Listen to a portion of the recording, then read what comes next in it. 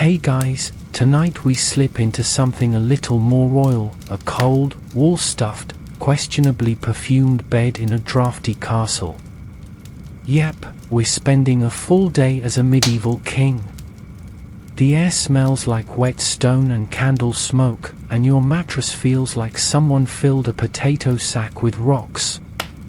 There's a rat somewhere under the floorboards, chewing with what sounds like vengeance. You roll over and stretch, but the low ceiling beams above you are not forgiving. Congratulations, Your Majesty, you have survived the night. Just barely. So, before you get comfortable, take a moment to like the video and subscribe, but only if you genuinely enjoy what I do here. And let me know in the comments where you're tuning in from and what time it is for you. It's always fascinating to see who's joining us from around the world. Now, dim the lights, maybe turn on a fan for that soft background hum, and let's ease into tonight's journey together. You squint at the pale morning light slipping through the arrow-slit window. No birds chirping, just the groan of old wood and the far-off clank of armor. The fire has gone out, of course, and the stone floor could flash freeze bread. But you're alive. And king. Which means people will barge in soon. Very soon. And like clockwork, the oaken door creaks open and in come your servants, a half-awake page holding a basin of steaming water, another with a towel that smells vaguely of lavender and disappointment. You sit up, rubbing the grime of not really restful sleep from your eyes, and nod. They begin their silent dance around you, bathing, grooming, adjusting your hair like you're an especially moody mannequin. You think about resisting, but realize this is the best part of your day. Warm water. No decisions. Just being pampered like a fussy house cat. As the final comb stroke smooths your royal hair and the oils mask whatever yesterday's helmet did to your scalp, you glance at the low fire they've relit and think, maybe I'll survive until breakfast. Speaking of which, your breakfast is already being assembled. And don't expect a cereal bar. On the menu today, a thick hunk of barley bread so dense it could anchor a ship, a wedge of hard cheese with the tang of ancient ambition, and a goblet of watered-down mead. There's also porridge. Lumpy, lukewarm, and sprinkled with what may or may not be crushed hazelnuts. You eat slowly, watching your steward shuffle in, already holding a long list of things that need your immediate attention. The steward clears his throat. Sire, the eastern granaries report rat infestations. Lord Harthrow requests funds for a new moat. The Queen's mother arrives tomorrow. Also, your horse bit a monk. You nod sagely, chewing your bread like it personally offended you. Noted, you murmur, pretending to care deeply about the monk's earlobe. This is the closest thing you get to solitude all day. 5 more minutes of silence, and then it begins. The great performance. Because being a king isn't just about wearing a crown, it's about pretending every decision you make isn't based on your gut and a vague memory of what your grandfather did. You slip into your robes, which are impressively heavy and embroidered with lions, vines, and too many buttons. The crown, the crown. It's metal, cold, and pinches. But you wear it anyway, because that's your job. Outside your chamber, the castle has begun to stir. Guards clank past with spears and sour expressions. Maids scatter like mice. And somewhere down the hallway, someone is already arguing about wheat taxes. You take a breath. Time to step into the echoing corridors of stone and take on your role. No pressure. just the fate of a kingdom on your shoulders and the faint smell of your horse's temper tantrum lingering in the air. But before you go full monarch, a stop in your private chapel is expected. You kneel, hands clasped, muttering a prayer half out of habit, half out of genuine fear that the saints are keeping score. The chapel's chill seeps through your cloak. Candles flicker. You pray not for glory, but for wisdom. And maybe a slightly less rebellious horse. Historians still argue whether medieval kings genuinely believed in the daily rituals or if they just played the part. You're hedging your bets. A little piety goes a long way when half your nobles think divine right is a suggestion, not a mandate. The bell tolls. Breakfast is over. Your hair is combed, your breath smells vaguely of onion mead, and the kingdom awaits. You rise, adjust your tunic, and walk toward the door. Somewhere beyond lies a council chamber full of half-bored lords, a falcon with digestion issues, and a letter from Rome threatening excommunication. Welcome to your day. You stride down the corridor, your boots thudding softly against rushes strewn across the floor. They were changed yesterday, which means they're only mildly smelly instead of outright criminal. The corridor is dim, the torchlight flickering like it's unsure whether it should stay awake. You reach the double doors of the council chamber and pause for a heartbeat, inhaling the faint scent of beeswax, parchment, and old grievances. Then the doors open. Inside, your inner court has already gathered. There's your chancellor, who always looks like he's just smelled something offensive.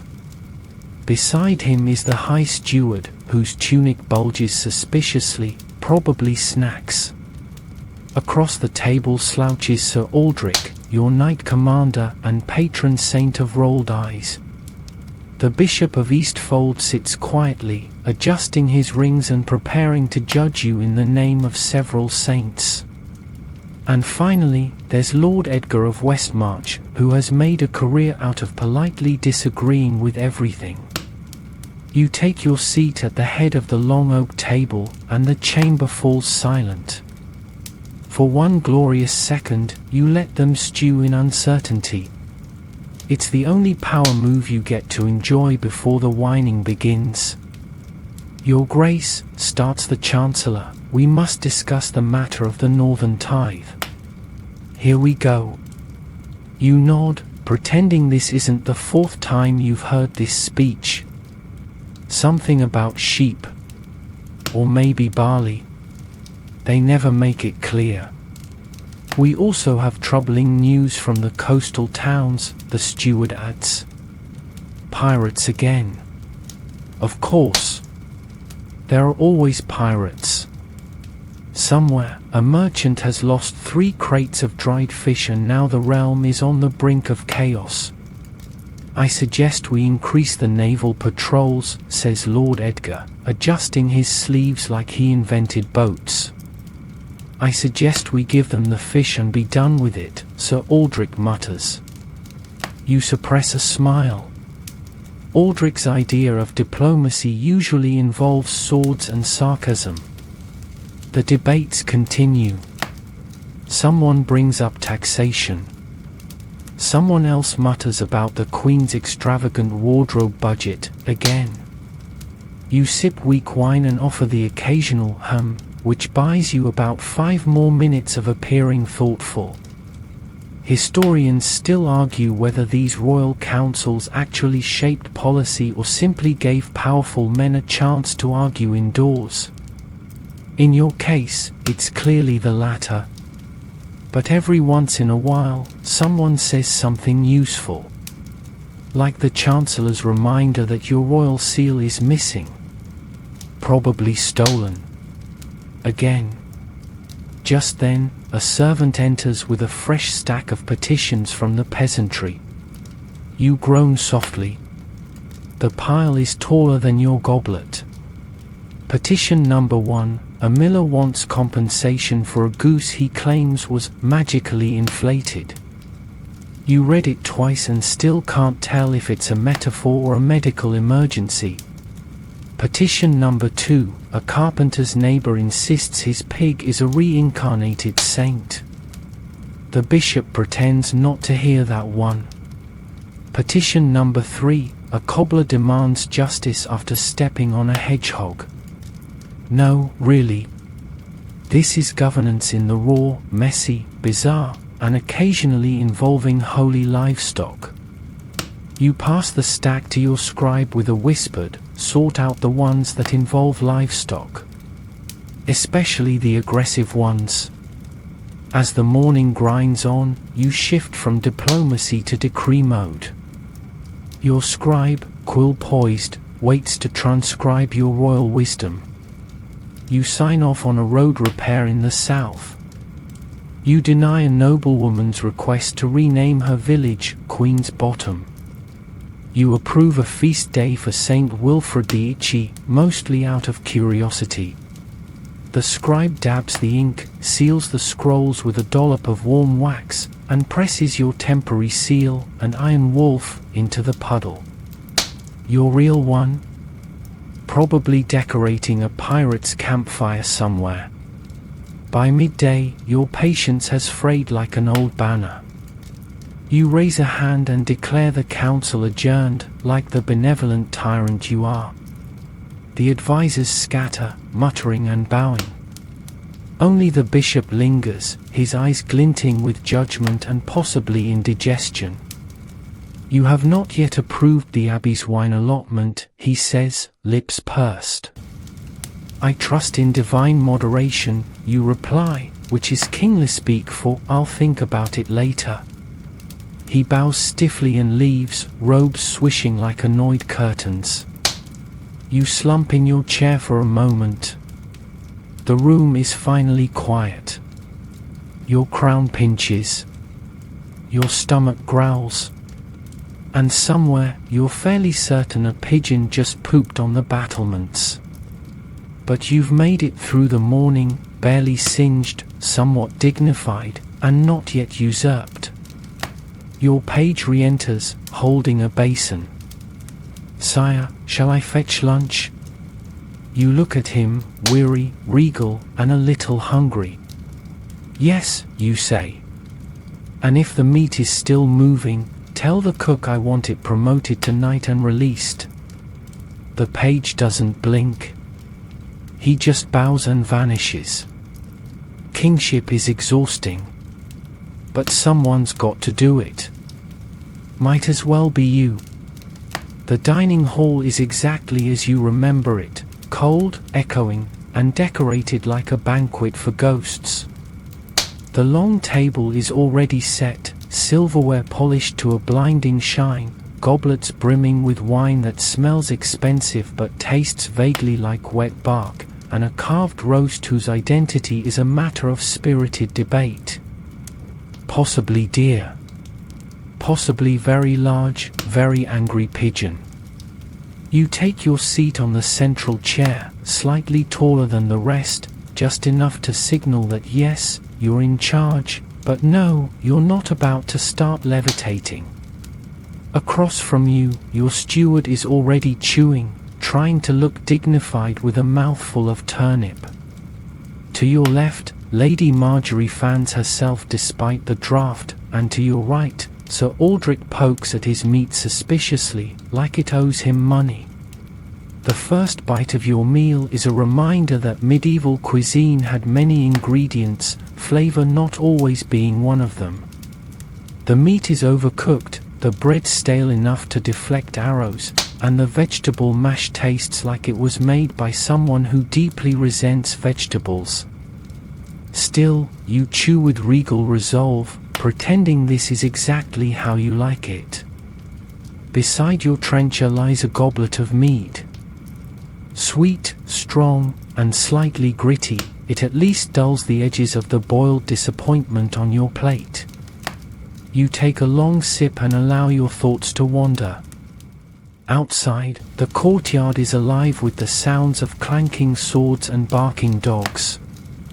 Inside, you're surviving lunch one bland bite at a time. A jester stumbles in late, his bells jingling half-heartedly. A horse walks into a tavern, he begins. The barkeep says, you raise a hand. Let the horse eat in peace. The table chuckles politely. The jester bows, possibly in relief. Historians still argue whether kings really suffered through the same dreadful cuisine as the rest of their court or were secretly dining on delicacies behind hidden doors. You're here for the full experience, gristle and all. Lunch isn't just about food, it's theatre. Courtiers try to win favour with flattery wrapped in anecdotes. Lady Marjorie tells you about her cousin's new embroidery featuring your face on a unicorn's body. You smile tightly and mentally add her cousin to your watch list. Sir Aldrich proposes a new training regimen involving badgers. You're not sure if he's serious. You're also not sure it matters.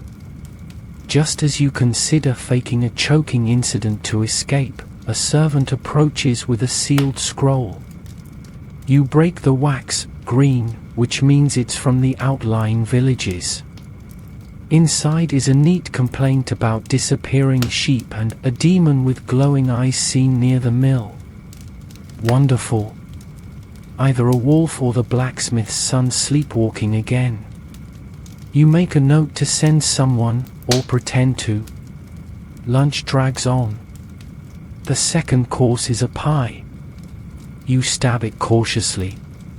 Steam escapes, carrying the scent of onions and something gamey. A chunk of meat escapes and tumbles onto your plate like it's trying to flee. You stare at it. It stares back. Mutual respect is established. By now, the nobles have moved on to gossip. The bishop isn't here, so the gloves are off. Someone suggests Lady Enid's new pilgrimage to Canterbury is actually an escape from her husband's snoring. Someone else claims Lord Darnley's new squire is a spy. You listen, nod, occasionally raise an eyebrow for dramatic effect. Then, as dessert appears, a custard tart that wobbles like it's haunted, the door swings open. A young page, breathless, announces, a foreign envoy from Navarre has arrived. You sigh. Of course he has. You dab your mouth with a cloth that feels more like curtain than linen and rise.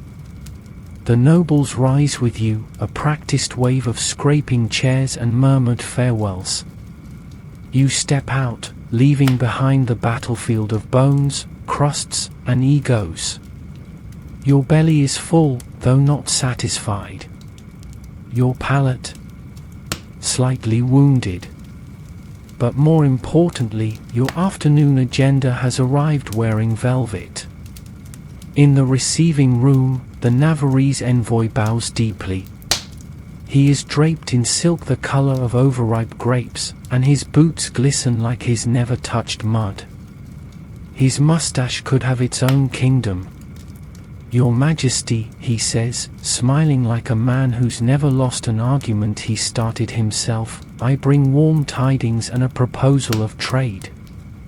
You motion for him to continue. He launches into a monologue about almonds, spices, sea roots, and an exclusive shipment of miracle wine that allegedly cures boredom and warts. You nod, sip your wine, and try to stay awake. Eventually, you agree to consider his offer, which means you'll ask your treasurer if you can afford almonds that smell like lavender and diplomatic baggage. As the envoy leaves, still bowing, you can't help but admire his confidence. Or his absurd hat. You make a mental note, find a new hat. Returning to your chamber, you find your desk buried in letters. Some from allies. some from enemies pretending to be allies. One from the Queen, asking if you'll be attending her embroidery demonstration this evening. You groan softly. You would rather eat the hat.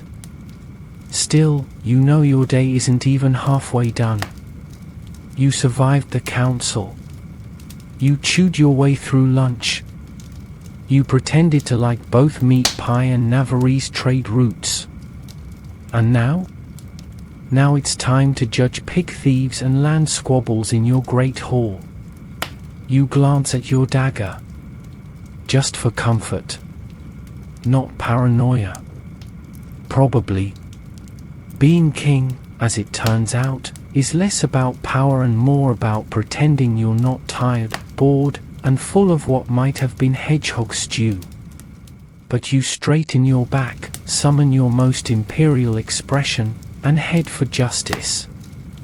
The great hall greets you like a cold slap to the senses, high ceilings, echoing footsteps, and the lingering smell of last week's mutton roast.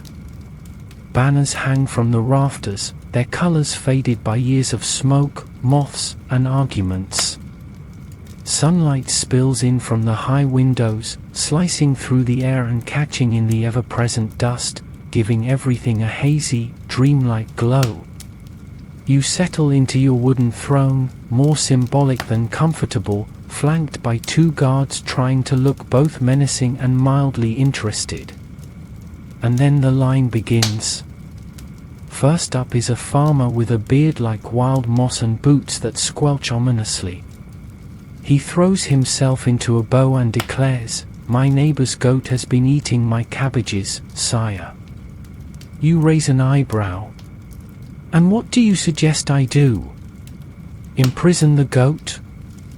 He hesitates, clearly not expecting pushback. "No, Your Grace. Just, maybe exile it?" The room stifles a laugh. You nod gravely. "Very well. The goat is hereby sentenced to relocation. Preferably uphill." He beams. The goat, presumably unaware of its legal troubles, continues its cabbage crime spree somewhere in the hills. Next is a baker, plump and anxious, complaining that the town miller shortchanged her flour allotment. The miller, waiting just behind, insists the scales were fair and offers to weigh the baker herself if needed. You bang your scepter gently, symbolic, not punitive, and declare that both parties must agree to supervised weighing at dawn, with a monk present. They leave, arguing over who gets to pick the monk. And so it goes. A widow claiming a knight trampled her washing line. A carpenter accusing his apprentice of witchcraft, because the apprentice builds better chairs. Two brothers disputing who owns a suspiciously valuable chicken. You begin to suspect the chicken has been bribing both. Historians still argue whether these royal judgment sessions were genuine or just a way to appear engaged with the common folk. In your case, it's about 70% politics, 20% boredom relief, and 10% the joy of issuing absurd verdicts like all parties involved must share the chicken and alternate who carries it on feast days. As the hours drag, the cases grow weirder. One man claims to have seen a ghost stealing apples. Another insists his beard was cursed by a rival. You listen, nod, occasionally tilt your head like you're pondering the cosmic balance of justice when really, you're wondering what's for dinner and whether you'll be poisoned. Then comes a serious one. A young woman, shaking but determined, accuses a minor noble of stealing her family's land. The noble protests, smug and slightly drunk, waving a forged deed like it's a magic spell. You call for your scribes, who unfurl ancient scrolls with the delicacy of someone handling a sleeping bear. Turns out the land's ownership has been contested for decades. You lean back, stroking your beard like a wise wizard, and then declare, until proof beyond ink and drunken signatures appears, the land remains with the original family. Any attempt to remove them shall be treated as treason against the realm. Gasps echo. The noble scowls. The woman weeps with relief. And just like that, you remember why this part of the job matters. Justice isn't just theatre. Sometimes it's the one thing standing between order and chaos, or at least between one family's bread and another's bad paperwork. By now your stomach is grumbling again. The sun has shifted, casting the hall in long golden streaks. Your hand aches from resting on the armrest. Your scepter feels heavier than it did this morning. One last case, you promise yourself. And then a boy steps forward. Barefoot. Nervous. Holding a wooden flute. "My lord," he stammers, "I wrote a song about the kingdom. I thought, maybe, you'd like to hear it?" You glance around. The guards shrug. One looks slightly panicked. You sigh. Proceed. He begins to play. It's not brilliant. In fact, it's barely coherent. But there's effort. Heart. A little bit of sheep bleating in the higher notes.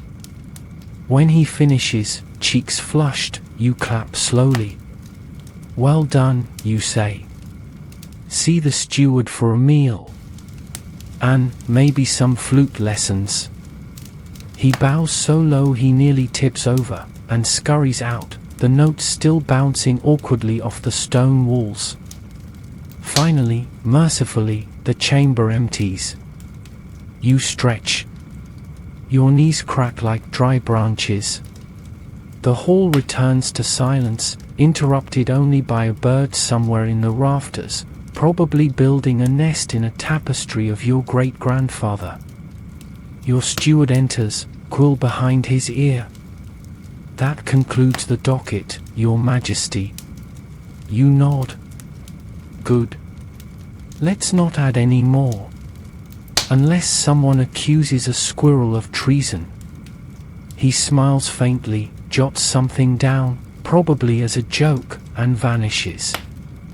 You sit for a moment longer, letting the weight of the day sink into your bones. The echo of voices. The parade of faces. The absurdity and gravity of it all. Justice, you've found, is part performance, part guesswork, and part genuine heartache. You rise, the hem of your cloak dragging across worn flagstones, and head for the courtyard. There, you hope, something simpler awaits. Swords. Sweat. Something you can control. Because if you hear one more dispute about enchanted livestock, you might just crown the chicken and let it rule for a day. You push through the side doors into the open air, blinking at the sudden daylight like a mole emerging from years of scrolls and complaints.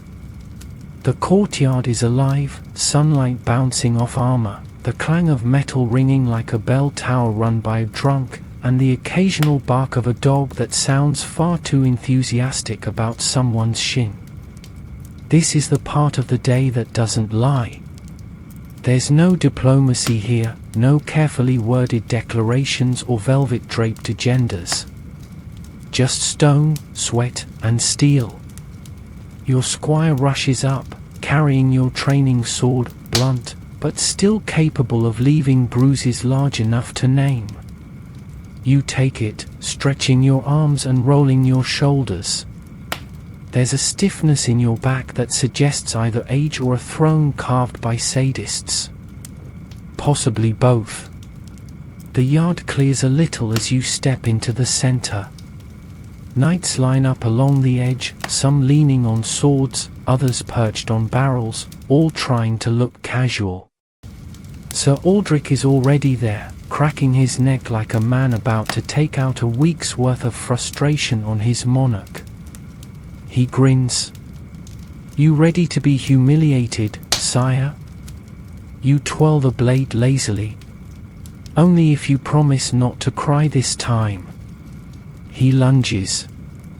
You parry. The dance begins. Metal clashes, feet shuffle, and a few squires cheer like it's their first tournament. The blade is heavy, the sun hot, and your breath comes faster than you'd like to admit. But you hold your own, barely. You dodge a swing that would have dented your pride, and counter with a low swipe that sends Aldrich stumbling back with a laugh. You've been practicing, he pants. Only every time I think of my cousin's poetry recital, you reply. The fight continues for a few more minutes, long enough to entertain, short enough to avoid actual injury. When it ends, you both bow, sweat slick and smiling. It's one of the rare times you get to be just a man, not a monarch. And it feels almost honest. Historians still argue whether kings actually trained with their knights or merely posed with swords for paintings. You believe in keeping your skills sharp, even if your sword's mostly for ceremony and intimidating uncles. You wipe your face with a rag that smells like old leather and fear, then make your rounds. You nod at the archers practicing along the wall, shout encouragement to a page trying not to drop a halberd, and pause near the stables to scratch your horse's ears. The same horse, by the way, who bit a monk this morning. He seems smug about it. Behave, you murmur. Or next time I'm sending you to the abbey. He snorts, unapologetic. Nearby, a young knight is sparring clumsily with a wooden dummy, managing to hit everything except the dummy's actual target areas. You watch for a moment, then stroll over and correct his stance. Don't lead with your shoulder. That's how you end up carrying your arm in a pouch. He looks startled, nods, and tries again, with slightly more grace. You clap him on the back.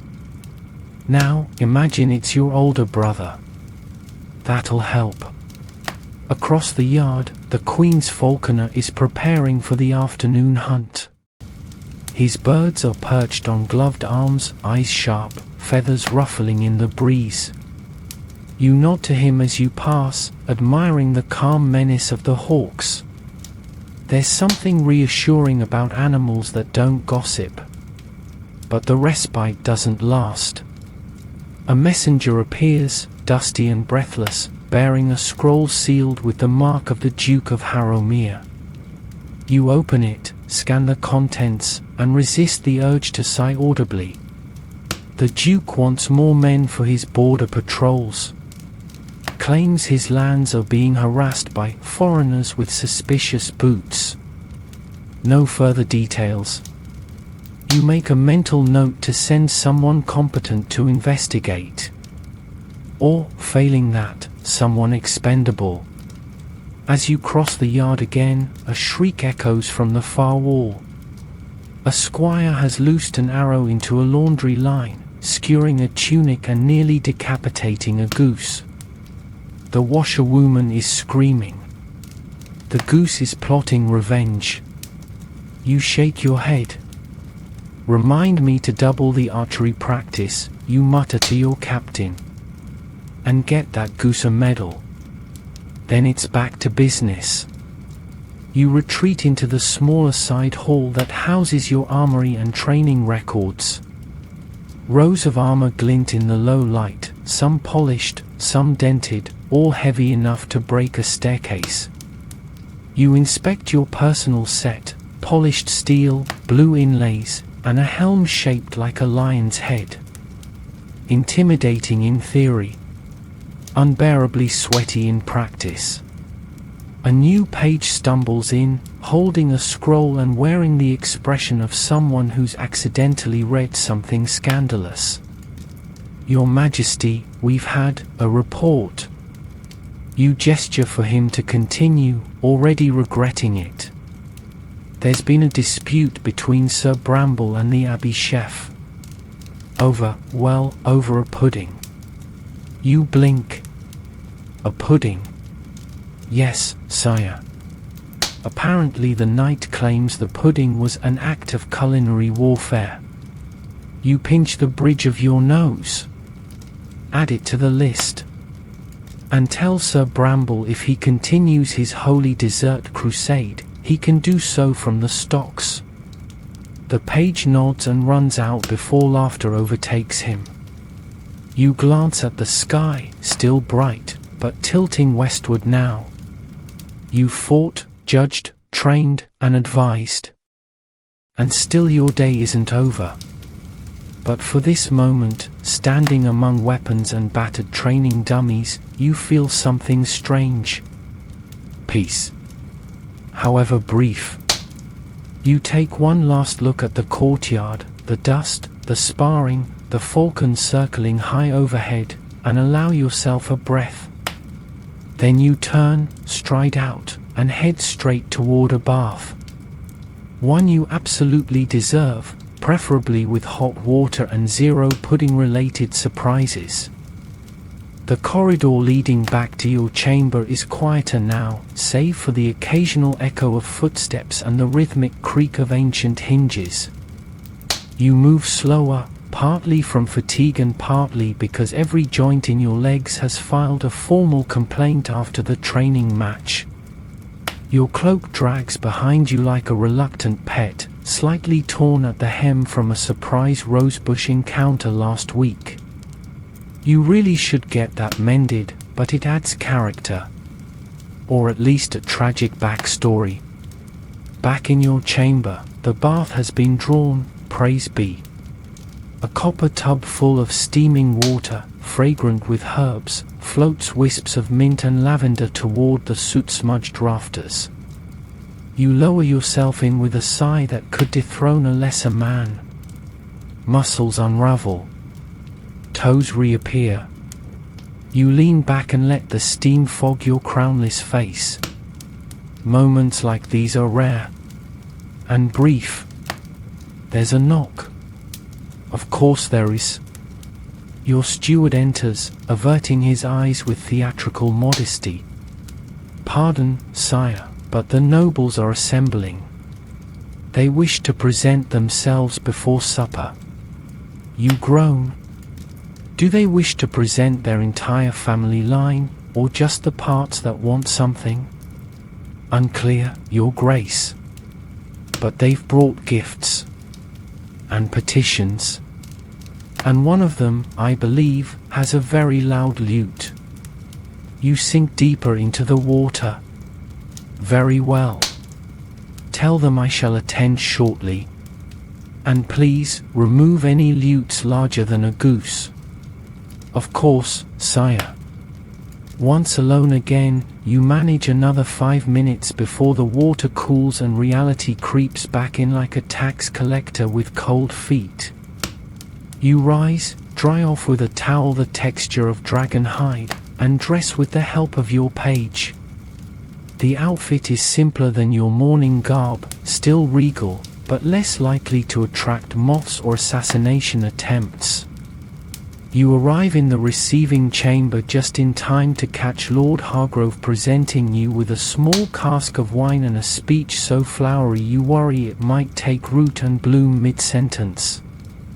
Your grace, may your days be long, your enemies short, and your beard ever glorious, he declares. You nod solemnly. It is indeed glorious. As is this wine. I assume it is not the same vintage that caused Lady Tilwood's unfortunate poetry recital last winter? Certainly not, sire. That was a regrettable year. Behind him, Lady Elira bows gracefully and presents you with a book bound in dyed leather. My father's treatise on agricultural improvement, Your Majesty. Newly updated for dramatic weather patterns. You flip it open. It is, indeed, about turnips. extensively. Fascinating, you murmur. I look forward to reading this during the next siege. The nobles take turns like well-dressed ducklings, offering compliments, complaints, and a shocking number of dried goods. One man has brought pickled pears. Another insists on demonstrating his new fencing stance, which mostly involves tripping over his own scabbard. You clap politely. Amid the chatter and forced laughter, you catch wind of something more serious. "Heard he's been seen on the Western Ridge again," one knight mutters. You pretend not to listen, but your ears sharpen. The "he" in question is likely the exiled Lord Varin, a man with a talent for making enemies and a habit of reappearing like a rash. His banishment wasn't exactly airtight. You make a mental note to send scouts. Or perhaps just spread the rumor that Varin now has fleas. Word travels faster than horses.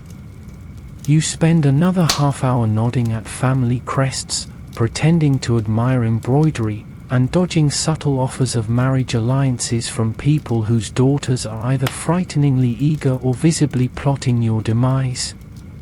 You smile through it all, because you're a king. And kings endure. Finally, as the sun begins to dip low, the nobles trickle out, off to feast, flirt, and fight over who gets to sit closest to the musicians.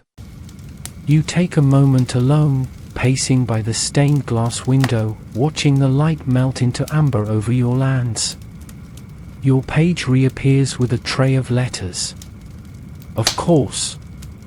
From the Southern Merchants Guild, he says, handing over a tightly rolled scroll. They want permission to host a festival. And this one's from the Queen's cousin in Trivon. He's still upset about the incident with the badger. You raise an eyebrow. He started that duel. The badger was merely enthusiastic. As you skim the scrolls, your steward enters again, this time without knocking, never a good sign. "Forgive me, sire," he says, "but the castle alchemist requests an audience." Urgently. You close your eyes. Is something glowing again? "Yes, your majesty. And it might be sentient." You sigh, hand the scrolls back, and straighten your belt. Lead the way. Down in the alchemist's chambers, a mix of library, laboratory, and lunacy, you find Master Arwin hovering over a bubbling cauldron that's changing color with alarming frequency. "It's stable now," he says brightly. "Mostly. I think it wanted to be soup at first." You peer in. The liquid hisses. "What was the goal this time?" you ask. "Fleas," he replies. "A cure. Or maybe a deterrent. Depends on dosage. And species." You back away.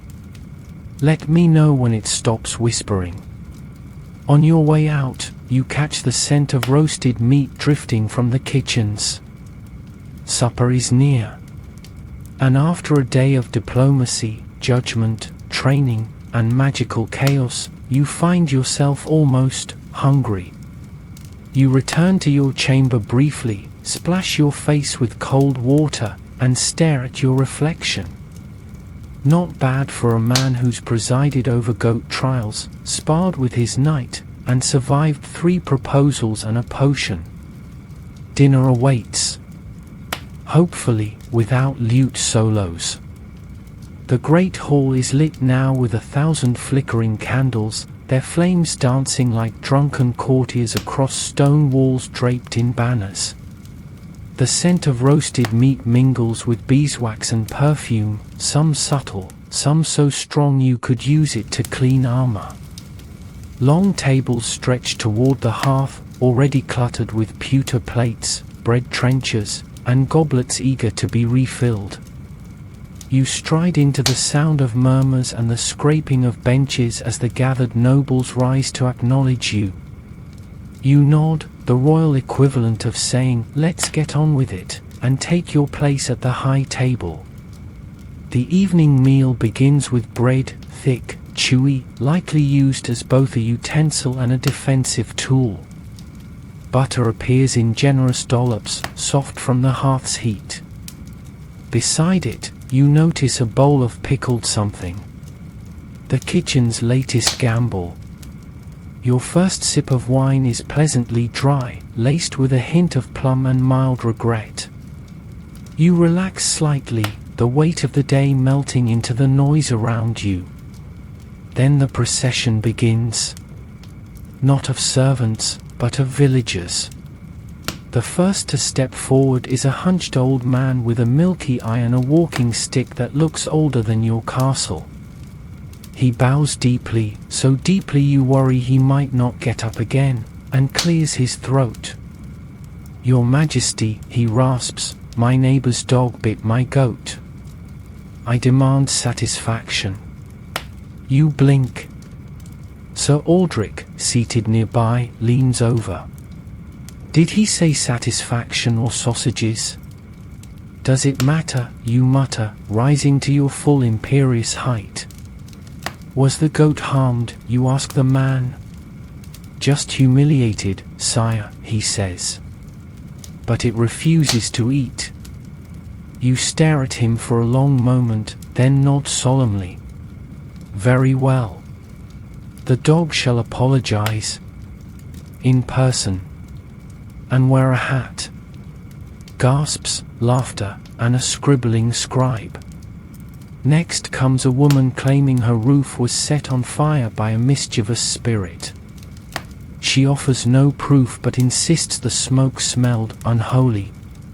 You decree that the local priest perform a purification rite, preferably with a bucket of water and a long sermon. Justice, in your kingdom, walks a tightrope between logic and spectacle. Then things escalate. A blacksmith storms forward, dragging his apprentice by the collar. "He's been stealing nails," the man bellows. "And trading them for birds." You raise an eyebrow. "Live birds?" "Yes, sire. Mostly pigeons." You look at the boy, who shrugs. "I like birds." There's a pause. You nod. A fair exchange, depending on the birds. Still, theft is theft. Apprentice shall serve 2 days cleaning the stables. And he may keep 1 pigeon. The fattest. The crowd murmurs approval. Historians still argue whether such public judgments serve to maintain law or simply provide entertainment. You, sweating slightly beneath your fur-lined tunic, have stopped caring. If the goat's happy and the blacksmith's nails are safe, you count it a win. As the last few supplicants are heard, a boy who insists a toad cursed his sister, a widow arguing with a baker over pie crusts, you feel a strange satisfaction. These people trust you, for better or worse. You are their hammer, their shield, their royal eye roll. Eventually, the floor is cleared and the feast resumes. Platters arrive steaming with venison, pheasant, thick stews, and, oh joy, a pastry shaped like a fish. Someone announces a toast to your health. You raise your goblet. To pudding diplomacy, you say, and the hall erupts in laughter. Then come the performers. A harpist strums a gentle melody as 2 dancers swirl, their costumes clinking with bells and embroidered gold thread. You sip wine and tap your finger against the table, trying not to nod off. The Queen arrives at your side, regal and composed, offering you a look that says, "Yes, we must sit through this." No, you may not sneak out. You offer her a weary smile and pour her a drink. 1 song ends.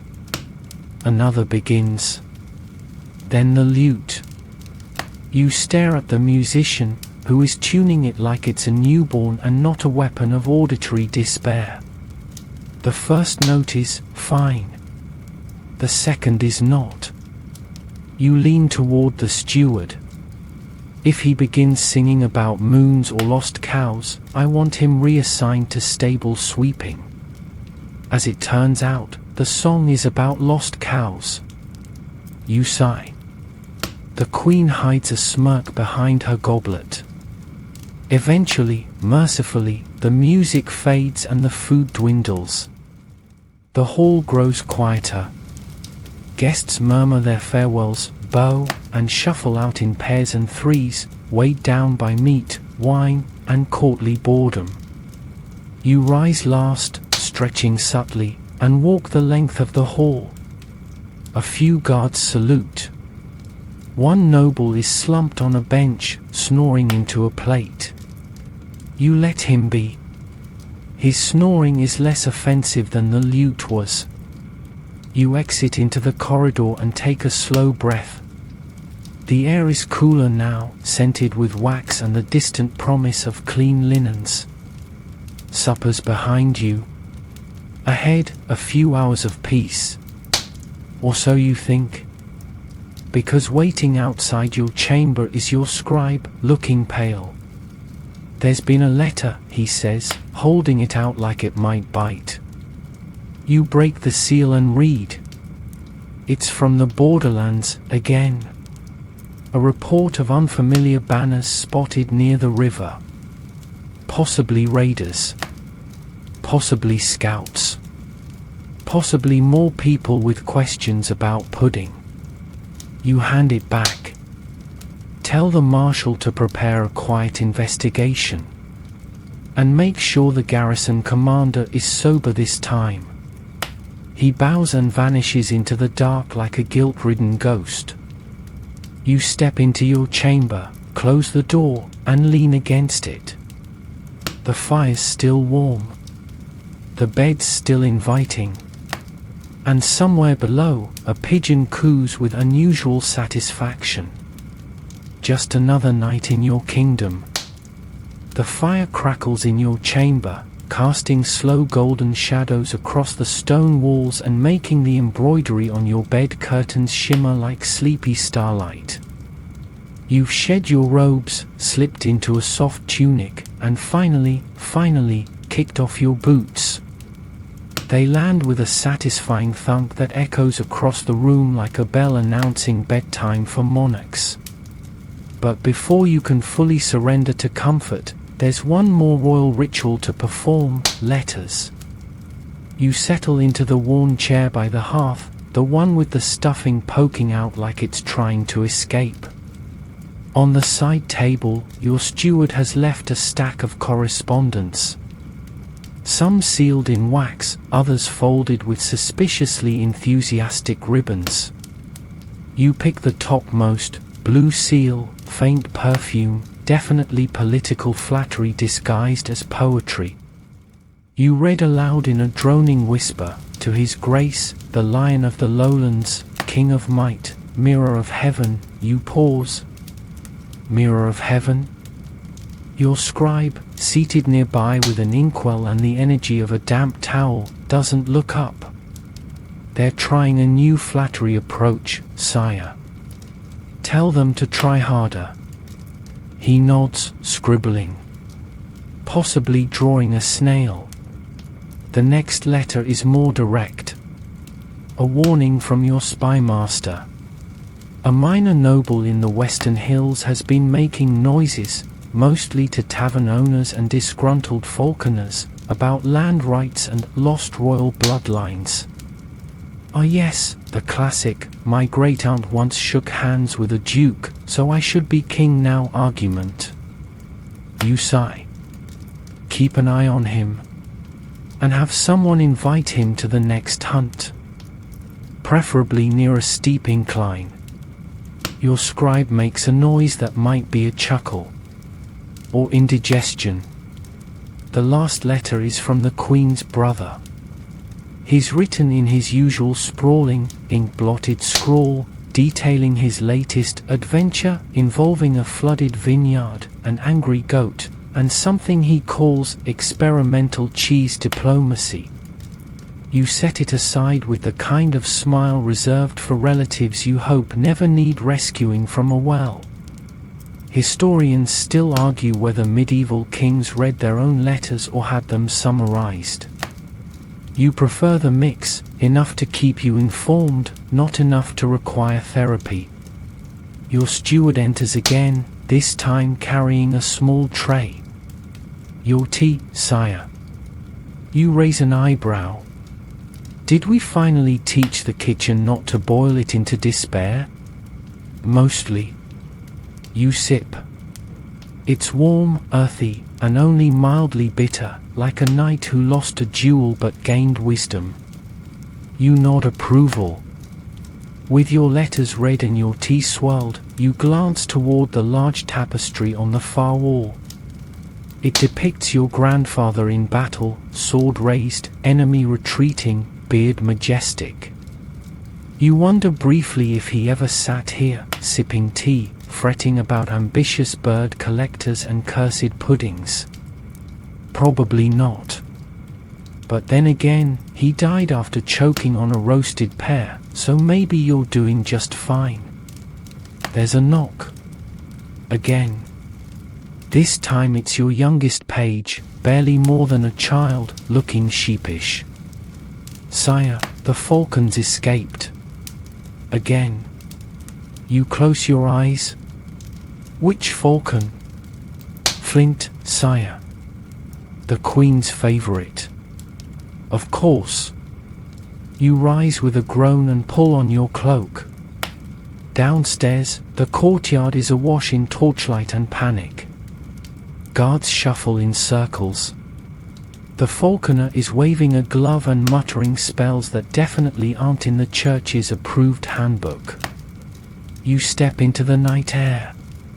It's cool, fresh, laced with the scent of grass, sweat, and a falcon with boundary issues. And there, on the battlement, is Flint. Preening. Smug. You climb the steps, boots thudding against old stone. The falcon eyes you, head tilted. You extend your arm. Slowly. Calmly. Come now, you murmur. You've made your point. You're the real monarch. A moment of tension. Then, with a flutter of wings, Flint lands on your wrist. Light. Graceful. Superior. The courtyard cheers. You nod to the falconer. Secure him. Gently. And feed him something with feathers. Back in your chamber, the fire's low. You shed your cloak again, settle back into your chair, and this time, it's quiet. Outside, the wind shifts. A faint howl. Distant, but real. You step onto your balcony. The stars are out, scattered like coins tossed into a wishing well. Below, the forest stirs. Torches flicker along the walls. And in the distance, a wolf howls once more. A reminder that kingship doesn't stop at sunset. That somewhere, always, something stirs in the dark. But for now, you've earned your rest. You return inside, draw the bed curtains, and sink beneath the covers. The fire dies down to glowing coals. The wind hums softly against the window. And for the first time all day, your mind lets go. The falcon is caged. The pudding judged. The goat forgiven. And the king sleeps. The morning comes early, too early. Not with sunshine, but with the unmistakable sound of someone arguing about firewood in the hallway. You blink, roll over, and consider pretending to be dead, just long enough to avoid responsibility. but kings don't get to play dead unless there's a particularly elaborate prank involved. You throw back the covers, plant your feet on the cold stone floor, and groan. Everything aches. Especially your left knee, which has decided to rebel for the 5th time this week. You mutter something unkingly under your breath, then shuffle toward the window. Outside, the world is misty and grey, like someone forgot to color it in. The village beyond your castle walls stirs, plumes of smoke rise from chimneys, and the clang of blacksmiths forges the day ahead, one horseshoe at a time. You watch in silence for a moment, the fire still low behind you, your breath fogging the glass. Somewhere below, a rooster crows with unjustified confidence. Then, the knock. You knew it was coming. Enter, you call, with all the enthusiasm of a monk at a dance. Your steward steps in, trailed by your valet, a cook's assistant, and, somehow, a goat. The goat isn't supposed to be here. Why is there a goat, you ask, pointing with your chin. Apologies, sire, says the steward.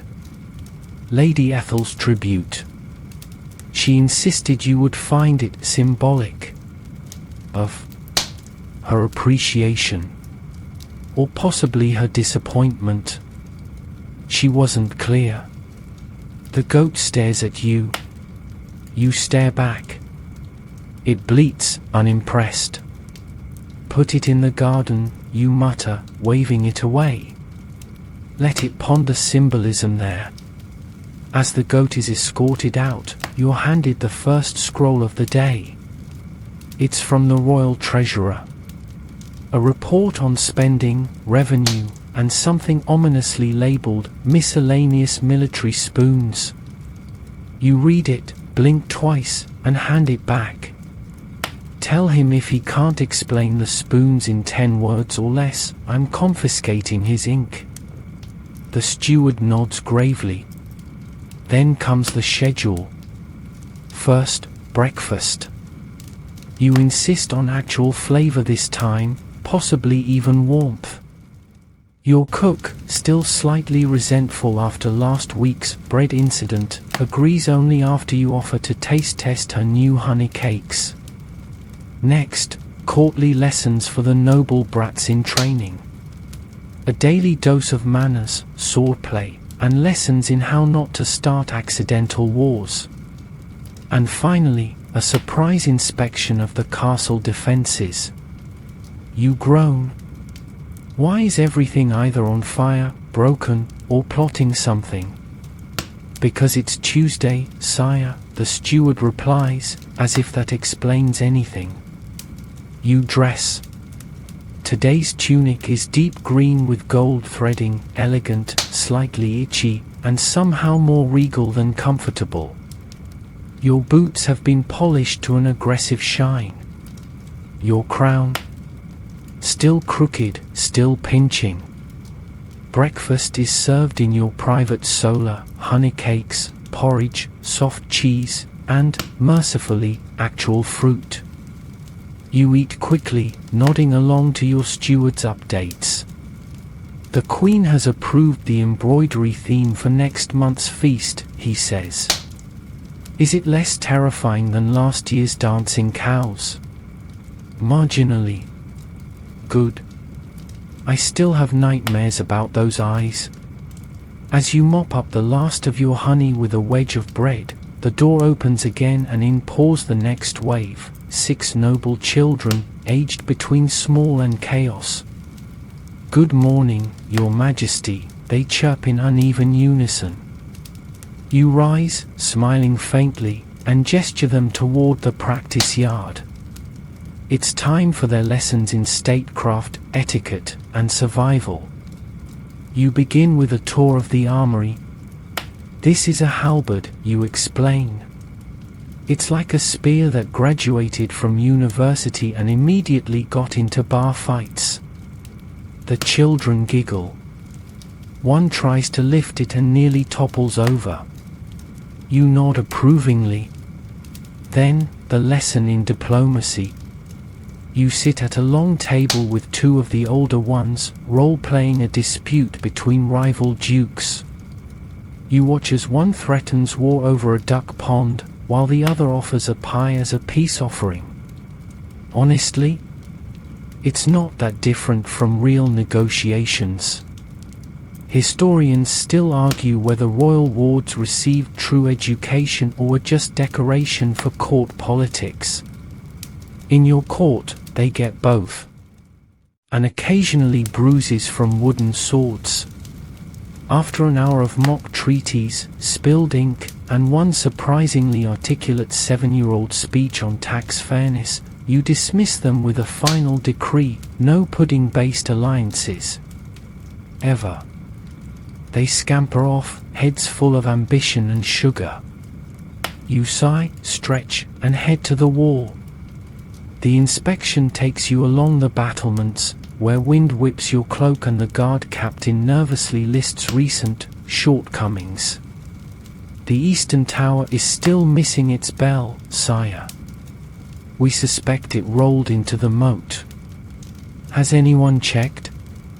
Only Jerry, but he can't swim. You nod slowly. Send someone who can. Or train Jerry. You inspect arrow slits, test the stability of ladders, and lean over the parapet just enough to remind yourself that medieval architecture is both breathtaking and mildly homicidal. Below, villagers carry baskets of vegetables, repair carts, and chase pigs with more speed than dignity. Your kingdom, messy, loud, and alarmingly fond of goats, is alive. Breathing. Mostly functional. You walk the full perimeter, noting repairs, murmuring praise, and once threatening a sentry with dish duty if he's caught napping again. By the time you return to the keep, you're windblown, mildly heroic, and starving again. But that comes later. For now, you pause at the gate, turn, and look out over your realm. And smile. Because today, at least, it hasn't tried to kill you. Yet. The midday bell tolls as you descend into the great hall once again, this time not for judgments or songs about lost cows, but for lunch, a brief window of relief wedged between noble chaos and royal paperwork. The smell hits you before you even reach the table: roasted meat, warm bread, and something vinegary that you hope isn't pickled eel again. Your seat awaits at the head of the long, carved table, and beside it, surprise, is your cousin Lord Percival. He smiles as though he isn't widely known for borrowing gold and forgetting to return it. "Cousin," he exclaims. You look regal, radiant, and remarkably unrested. You grunt a greeting, pouring yourself a goblet of watered wine. He continues talking, probably hoping to butter you up before requesting funds for his next expedition to find the legendary diamond hen of the Eastern Hills. "Not now," you say, cutting him off with a slice of bread. "Let me enjoy my stew without hearing about magical poultry." He bows exaggeratedly and returns to his own plate, which he begins devouring like someone who doesn't know what cutlery is for. You turn your attention to the food. Today's fare is a lamb stew, rich, hearty, and, blessedly, devoid of surprises. You scoop it up with a thick trencher of bread, grateful for something hot and edible. Nearby, courtiers chatter over news from the borders and which baron's wife has taken up falconry purely as a cover for spying. Halfway through the meal, a courier bursts in, panting, holding a scroll with an unfamiliar seal. Everyone quiets. You break the seal, scan the contents, and frown. It's a report from your Western scouts. They've seen movement, figures in foreign armor skirting the tree line near the edge of your territory. No banners. No open aggression. just watching. You pass the scroll to your steward. Quietly double the patrols near the pass. And send a rider to Sir Matt Hen. I want his eyes open and his blade sharp. Your voice is calm, but your gut tightens. Watchers mean watchers are being watched. Which usually means trouble's either already here or booking a room at the inn. Still, lunch continues. You force down another few bites, then rise. My lords, you announce, I will be in my solar. Uninterrupted. Everyone nods solemnly, which in court speak means, we'll wait 10 minutes before trying again. You slip into your solar, a smaller chamber with tall windows, bookshelves groaning under the weight of vellum tomes, and a table always buried in maps. You sit, stretching out your legs, and stare at the western edge of the kingdom etched on the map before you. Small villages. Forest paths. A river that doubles as a border, depending on who's arguing. You trace the route scouts might take, then scan older notes from your father's time. He always feared the western woods, said they were cursed, or at least inconvenient. One skirmish, 2 duels, and a love affair that ended with someone's barn catching fire. Nothing peaceful ever came from that direction. You rub your temples. The door creaks. It's your queen. She enters quietly, the rustle of her gown the only sound. She crosses to your side and places a hand gently on your shoulder. Scouts again, she asks softly. You nod. Do we know who? Not yet. But they're close. Too close. She's silent for a moment. Then it's time you reminded them who they're watching. You turn, smile faintly, and squeeze her hand. It's why you married her. Not just the grace or wit, but the ability to turn a line of tension into steel. I'll send riders, you say. Let them know the forest sees back. She nods once, then glides out, her presence lingering like a calming breeze. Historians still argue whether royal marriages were alliances or affections. Yours, somehow, is both. You stand, stretch, and move to the window. Below, the village bustles on. Bakers dust loaves, children chase each other through mud, and someone's cart has tipped, spilling cabbages across the square. No foreign soldiers. No signs of war. Just life. For now. You return to the map, circle 3 points with a charcoal stick, and draft a note for your general. Begin preparations for a Western exercise. Make it look routine. Make it thorough. And then, because duty and fatigue dance like partners in your ribs, you take a moment for yourself. You sit by the window, pull a book from the shelf, a worn volume of poetry, faded ink, marginal doodles by a previous monarch, and read. Just 1 page. Just 1 minute.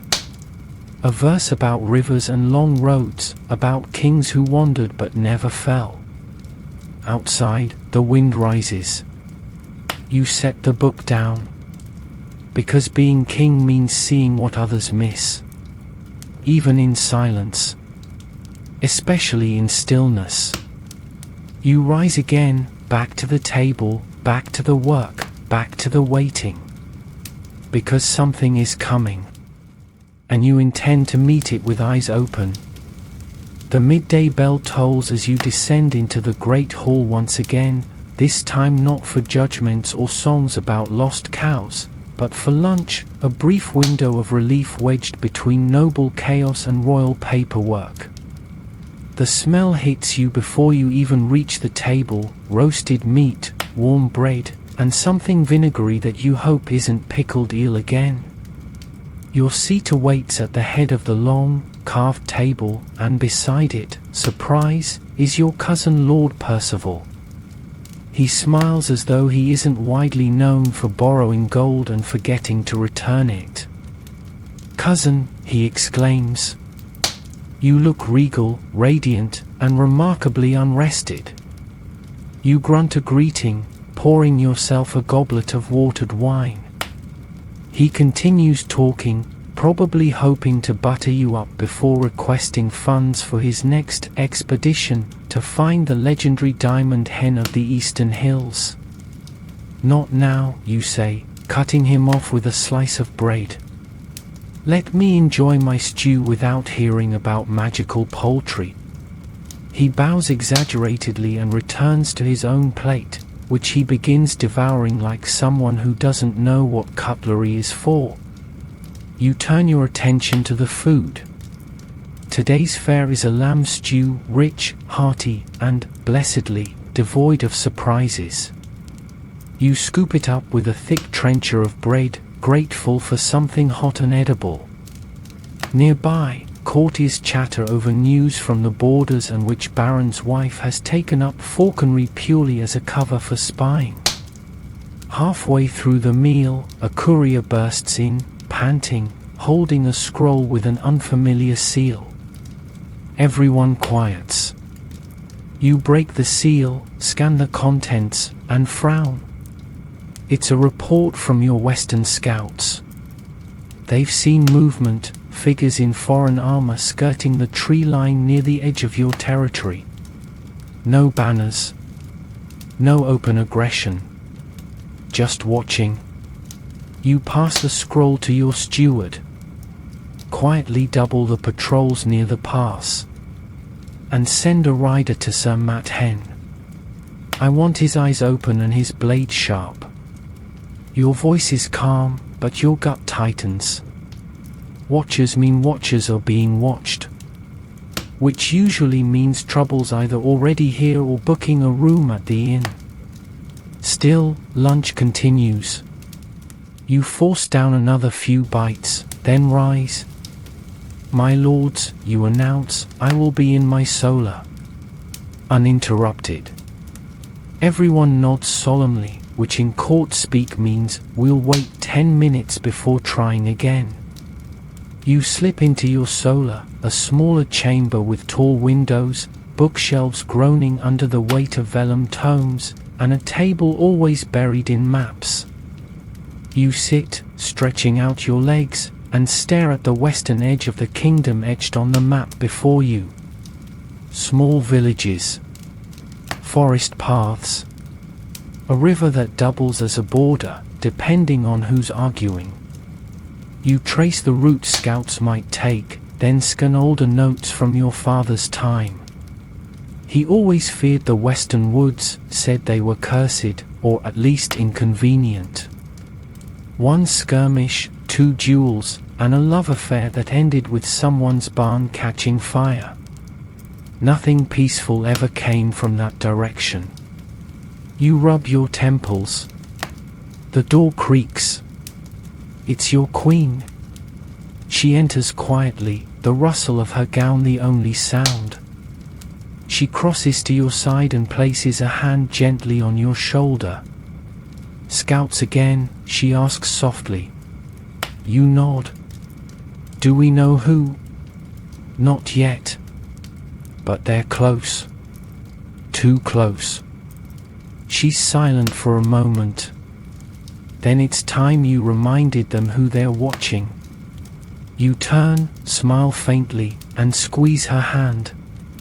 It's why you married her.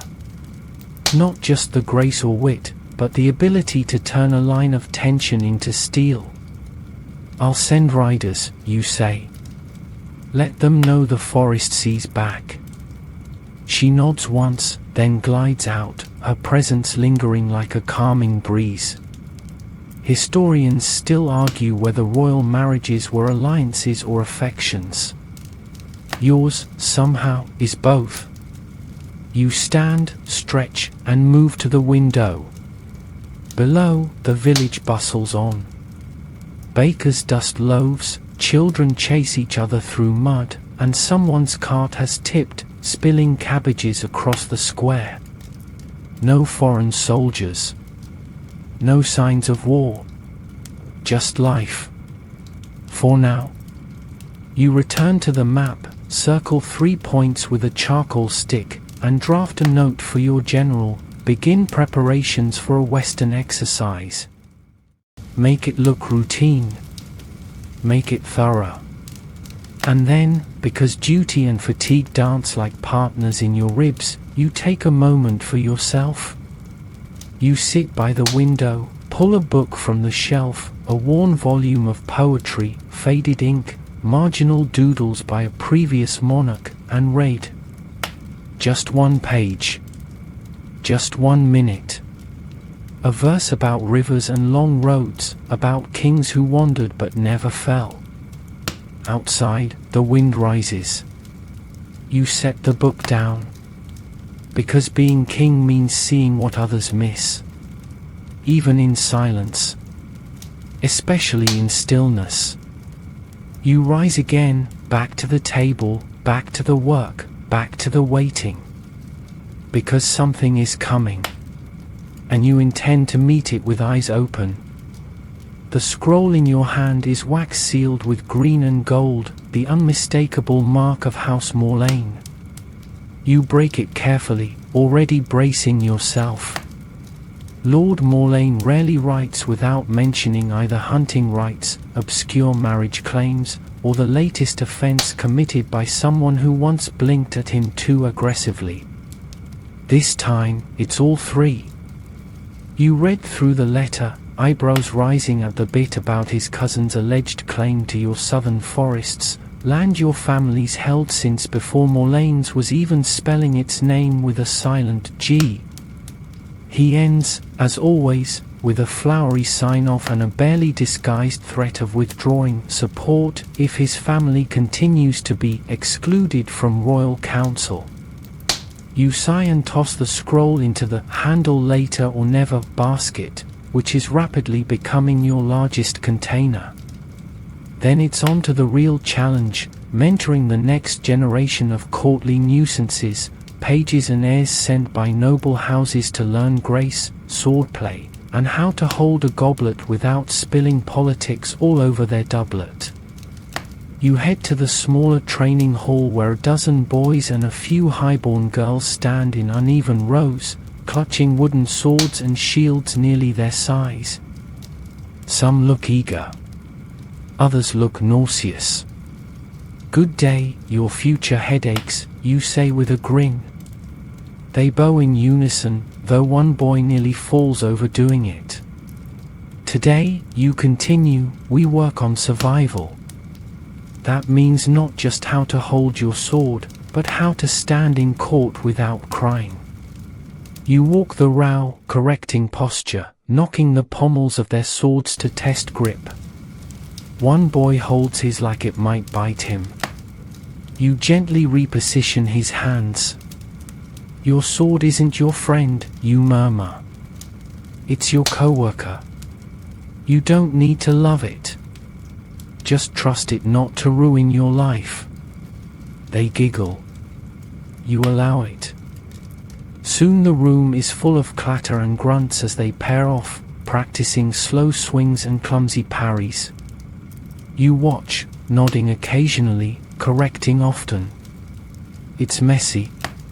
It's loud. It's exactly how your own training began, minus the smell of horses and the constant fear of being tackled by your cousin. One girl, a sharp-eyed redhead named Catherine, lands a clean strike on her partner's shield, steps back with precise footwork, and glances your way. You smile. "That's how it's done." "Now again." "Faster." She nods, focused as a hawk. Historians still argue whether kings took interest in training their wards or simply trotted them out for pageants. You find it's one of the few moments you can teach without paperwork or flattery, just effort and sweat. After drills come the etiquette exercises. You switch from steel to silver, guiding the young nobles into a mock feast where they must remember titles, seating order, and which cup is theirs. The confusion is immediate. "Why are there 3 forks?" one boy asks. "Because your ancestors didn't know how to eat neatly," you reply. "Pick the one that offends you least." There's spilled wine. Someone tries to cut bread with a spoon. Another attempts a curtsy so enthusiastic you fear she may launch herself across the table. You take notes. Not for correction, just for amusement. Eventually, you call a halt. You've survived. Barely. Go wash up and thank the saints none of you were seated next to an ambassador. They bow again, slightly better this time, and file out, chattering and elbowing like any group of half-trained nobility.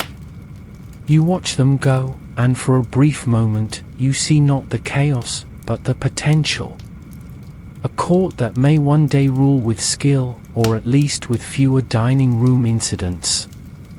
You return to your chamber, only to find your steward waiting with a small, flat box. "This just arrived," he says, offering it as though it might contain bees. Inside is a gift from the Queen's aunt, a delicate embroidered handkerchief with your family crest stitched in crimson and gold. "Very thoughtful," you murmur. Is she trying to apologize or remind me she exists? The steward shrugs. Perhaps both. You tuck the handkerchief away, just in case it proves useful. Nothing says diplomacy like an heirloom used to mop up stew. Then, as twilight deepens, you prepare for the evening inspection, one of your more recent habits. Unannounced rounds. Surprise visits. A quiet message to the castle that you are not just a symbol in stained glass, but a presence with boots and questions. You start in the kitchens, where the staff nearly drops a pot of stew at the sight of you. You wave them back to work and taste the sauce, surprisingly rich. You offer a rare compliment and are rewarded with 3 curtsies and 1 accidental potato to the floor. Next, the stables. The horses are restless tonight, snorting and shifting as if sensing something in the air. The stable master reports nothing unusual, but you take your time walking between the stalls, stroking muzzles, checking tack, whispering nonsense to your battle mare. She nuzzles your shoulder, warm and steady. Then the outer guard posts. Torches flicker. Boots scuff stone. You speak with the night captain, review the changing of the watch, and ask if there have been any signs, sounds, shadows, silhouettes along the ridge. "Nothing clear, sire," he says. "But the men feel watched." You nod. You felt it too. Back inside, you take the long corridor to your private chapel. The corridor hums with silence, the air cooler here, almost reverent. You light a single candle and kneel, hands resting on your thighs. You don't pray for power, or even peace. You pray for clarity, and maybe a day with fewer goats. Behind you, the flicker of the candle casts your silhouette on the stone wall. A king. A man. One who knows that even while the castle sleeps, the world shifts quietly in the dark. You rise slowly, snuff the flame, and head to your room. Because tomorrow, your kingdom will wake again. And you will greet it, sword or spoon in hand. It's well past nightfall now, and your chambers are quiet except for the ticking drip of a slow leak somewhere in the ceiling. You've learned to live with it. It's a noble drip, loyal, rhythmic, only slightly irritating. You settle into your chair with the familiar weight of evening letters in your lap and a fresh goblet of mulled wine within arm's reach. The fire crackles low. Outside, the wind whistles through arrow slits like a bored ghost. You unwrap the first letter, its seal broken and the parchment smelling faintly of lavender and wax. It's from your steward again, but not about plumbing or pudding. This time, it's news of whispers. Not just metaphorical ones, either. In the past fortnight, the letter reads, 3 different castle servants claim to have heard voices at night, voices saying names. Yours among them. You read the paragraph twice, then set it down slowly. You sip the wine.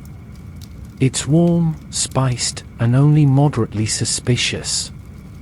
Before you can ponder further, your spy master slips into the room like a particularly chatty shadow. He's a wiry man with a voice that always hovers somewhere between soothing and sinister. I've confirmed the rumors, sire, he says, eyes scanning the room out of habit. A guard reported seeing a figure, robed, no face, disappearing through the east courtyard just before dawn. And no alarm was raised, you ask. Not in time. And the guard was, shall we say, easily unnerved. He has since requested to be transferred to vegetable duty. Of course he has. The spy master produces a small scrap of parchment, brittle and dark with age. This was found near the wall. Possibly dropped. Possibly left. You unroll it. A single sentence, written in a hand that twitches and coils like ivy. The crown is watched by more than men. You stare at it. Is this meant to be a threat, you ask? The spy master shrugs. A warning, perhaps. Or nonsense. But it's made the kitchen maids nervous. One claimed her bread rose in the shape of your face. You sigh and set the scrap on the hearth, letting the fire take it. Keep watching, you tell him. And check the bread. He vanishes again, as he always does, leaving the scent of damp parchment behind him. You lean back. Think. Somewhere, in the undercurrent of your kingdom, things are stirring. Rumors of cloaked figures, voices in the dark, border activity from unknown riders. It's more than coincidence.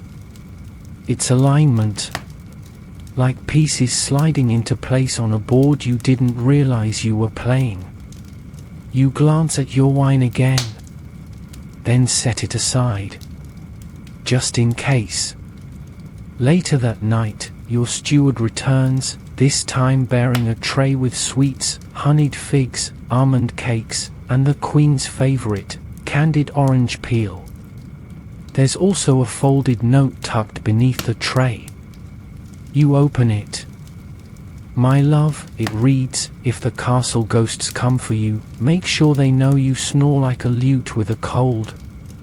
You smile despite yourself. Humor in the face of nonsense. Or danger. Maybe both. Historians still argue whether medieval queens were involved in state matters or merely decorative ornaments at feasts. Yours? She decorates just fine, but she also hears everything before it echoes. You take a fig, chew thoughtfully, and walk to the window. Below, the castle sleeps, mostly. A few torches still burn along the walls. A guard sneezes. A dog barks, then goes quiet. And above, the sky is clear. Stars sharp as blades. A crescent moon tilting like it's listening to your thoughts. Then a flutter. A note slides beneath your chamber door. You freeze. Cross the room. Pick it up. No seal. No name. Just another line in that same twitching script. Look to the west when the candle burns low. They do not walk in daylight. You turn it over. blank. You pace the chamber, rereading it, then check the window, nothing but stone and sky. The hallway, empty. No guards reported movement. No one saw the slip beneath your door. And yet it's here. You sit again. Let your hand linger on the hilt of the dagger tucked beneath your chair cushion. Just in case. You decide then to write a letter yourself. Not to any noble or council, but to the commander of your personal guard. You instruct him to increase patrols, to double-check the wards in the old chapel, and to light a lantern at the western tower every hour tonight, just in case the watchers are watching back.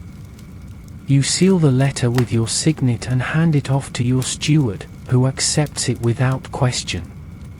He's used to this by now. Then, with a final glance at the fire, you extinguish the candle. And wait. Nothing stirs.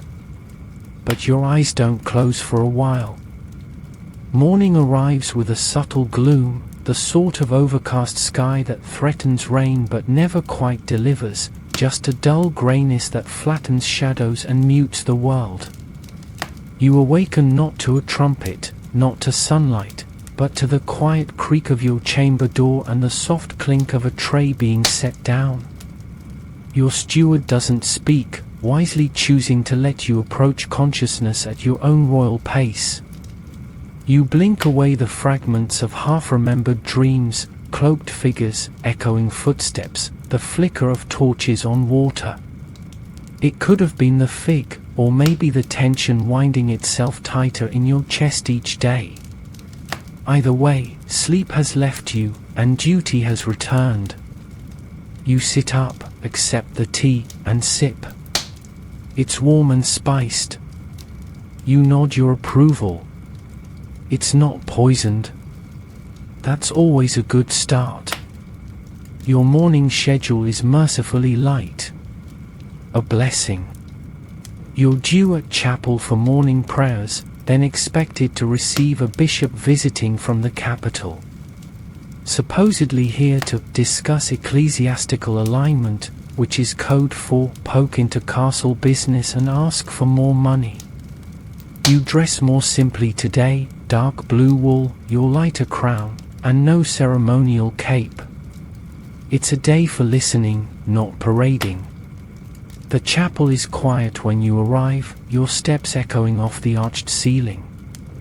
You kneel, more out of ritual than devotion. The candlelight flickers along the carved saints' faces, some serene, some terrifying, depending on the mason's mood that day. You murmur a few prayers, letting the rhythm center you. One for wisdom. One for protection. One for decent weather. Historians still argue whether kings truly believed in the divine or simply played the part to keep the priests happy. You believe in patterns, in cause and effect, in the strange coincidences that stack like game pieces until they topple. And you believe something is shifting. After prayers, the bishop arrives. He's younger than expected, clean-shaven and bright-eyed, wearing robes with a bit too much flair for your taste. He bows, offers blessings, and produces a scroll from inside his sleeve, silk-ribboned and wax-sealed. The patriarch sends his regards, he says, and his concern for recent unrest. You raise an eyebrow. We've had nothing beyond rumors. He smiles tightly. Rumors can become rot if left to spread. The church offers its guidance, of course. And its ears? You sip your tea slowly. How generous. He talks at length about faith, purity, doctrine. About villages seeing strange lights at night. About livestock going missing. About churches needing reinforcement against the creeping wilderness. You listen. Politely, mostly. Until he says, some have suggested these occurrences are a sign of divine disfavor. You meet his eyes? Some always do. Especially when they want a larger donation. He blinks. Then chuckles. Your Majesty is as insightful as ever. You make a vague promise to review the matter, then excuse yourself under the pretense of inspecting the library, a favorite trick, since few people want to follow a monarch into hours of dusty silence. Once there, you pull aside your trusted librarian, Mistress Teller.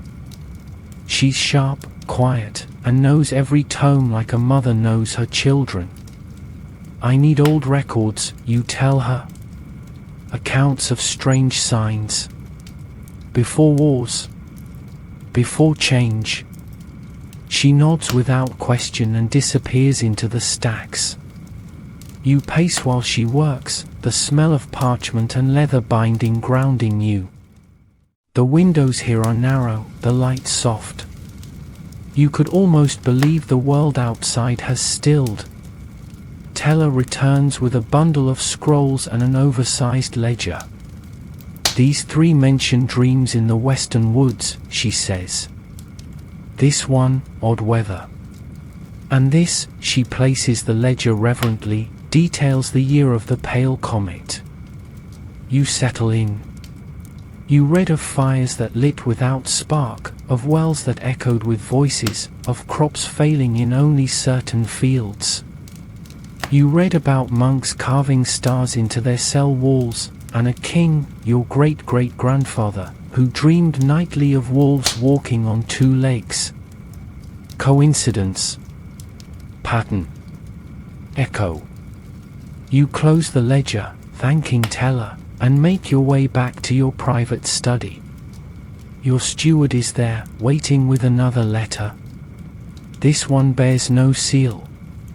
You open it, breath held. One line, again in that strange curling script, the bishop does not walk alone. You pause. The implications are many. You read it twice, then glance at the fire. You do not burn this one. Not yet. Later that evening, as the court gathers for music and mead, you attend, but only barely. You smile, drink, listen to another ballad about a knight with questionable fashion sense, and laugh at all the right moments. But your mind is on shadows. On robed strangers. On the bishop, smiling too easily. When the queen joins you, you lean in close and whisper, "We may need to leave the gate open tonight. For riders." She nods once, her fingers brushing yours beneath the table. The feast ends. The laughter fades. You walk the corridors with a sense of waiting, of leaning forward into the unknown. You reach your chamber. And before sleep, you write one note. Not for your steward. Not for your scribe. But for your general. You write, "Prepare 3 riders. To the west. Silent. Swift. Return by moon's end." You seal it. And place it beneath your pillow. You rise before dawn, long before the kitchen fires have been rekindled or the bells have stirred from their silence. The candlelight flickers in your chamber, casting tall shadows against the stone walls as you dress with purpose, pulling on riding leathers instead of velvet robes. Today is not a day for feasting or counsel. Today, you ride. Your general meets you in the stables, bleary-eyed but already armored in that understated way seasoned commanders manage. 3 riders stand ready beside him, scouts, handpicked for their silence and speed. None speak. None need to. You nod once. The general hands you a scroll.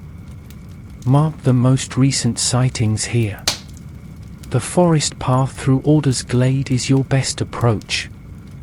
just don't linger after sunset. You mount your horse, a sleek mare with more sense than most nobles, and set off through the castle gate, the wind crisp and unwelcoming. You gallop at first, then ease into a steady pace as the trees thicken and the path narrows. The world hushes around you, as if even the birds are waiting. The morning passes beneath shifting canopies of green and grey. Sunlight struggles through the leaves. A fox darts across the trail. One of your scouts raises a fist, signaling a stop. You all dismount in silence. Ahead lies the glade. It's quiet. Too quiet. No birdsong. No wind. Just the whisper of leaves against each other, like secrets passed from branch to branch. You advance slowly. There, in the clearing's center, something unnatural, a ring of stones, blackened and slick with moss, set into a perfect circle. Too perfect. Not by accident. Not by nature. You dismount, approach the ring. The grass inside is burned away. The ground smudged with ash, symbols scrawled in what you hope is just ochre. One scout whispers, old markings. Before the kings. You kneel, touch the edge. It's cold. Colder than the forest. Colder than reason. And then you hear it. Whispers. Barely audible. Not language, sound shaped like meaning. Not one voice, but many. A chorus beneath the earth. You step back. Mark the site, you say. No one touches it. No one stays past dusk. You mount again and ride back, the path feeling longer, the shadows heavier. Historians still argue whether kings should personally investigate threats or delegate to braver men. But in this case, you needed to see it. To feel it. To understand what kind of darkness walks when the torches burn low. You return by midday. No fanfare. No trumpets. Just tired hooves on stone and the smell of dust and pine. Your steward rushes to meet you. There's been another letter, he says, handing you a slip of parchment. No seal. You open it. The circle is one of 3. The west is waking. Do not send more. You fold it carefully, not tearing it, not burning it. Because this one feels different. Later that afternoon, you host the falcon hunt, part ceremony, part distraction. Nobles gather in their finery, birds perched on gloved arms, lords and ladies making bets and batting eyes. You play along. You mount up, release your hawk into the air, and gallop across the meadows, watching it soar and dive. The sky's clean, the wind sharp. For a moment, everything else fades, the whispers, the letters, the stones. But only for a moment. Your hawk returns with a small hair in its talons. You praise it, offer it meat, and return to the hunt circle where the queen waits, laughter in her eyes and a slight frown on her lips. Something's following us, she says softly. You nod. Not just people. That night, you dine in the private hall, just you and your closest advisors. The queen. Your general. The spy master. The steward. Maps stretch across the table. Letters lie in a neat row beside the bread. We don't speak of the circle beyond this room, you begin. What we know is enough to raise alarm. What we don't know is worse. They listen. They nod. No one argues. Not tonight. You make plans. assign watches, establish signals. And quietly, you issue a new command. If another letter comes without a seal, it goes to you. Only you. After supper, you walk the battlements, the sky vast above you, stars crisp and cold.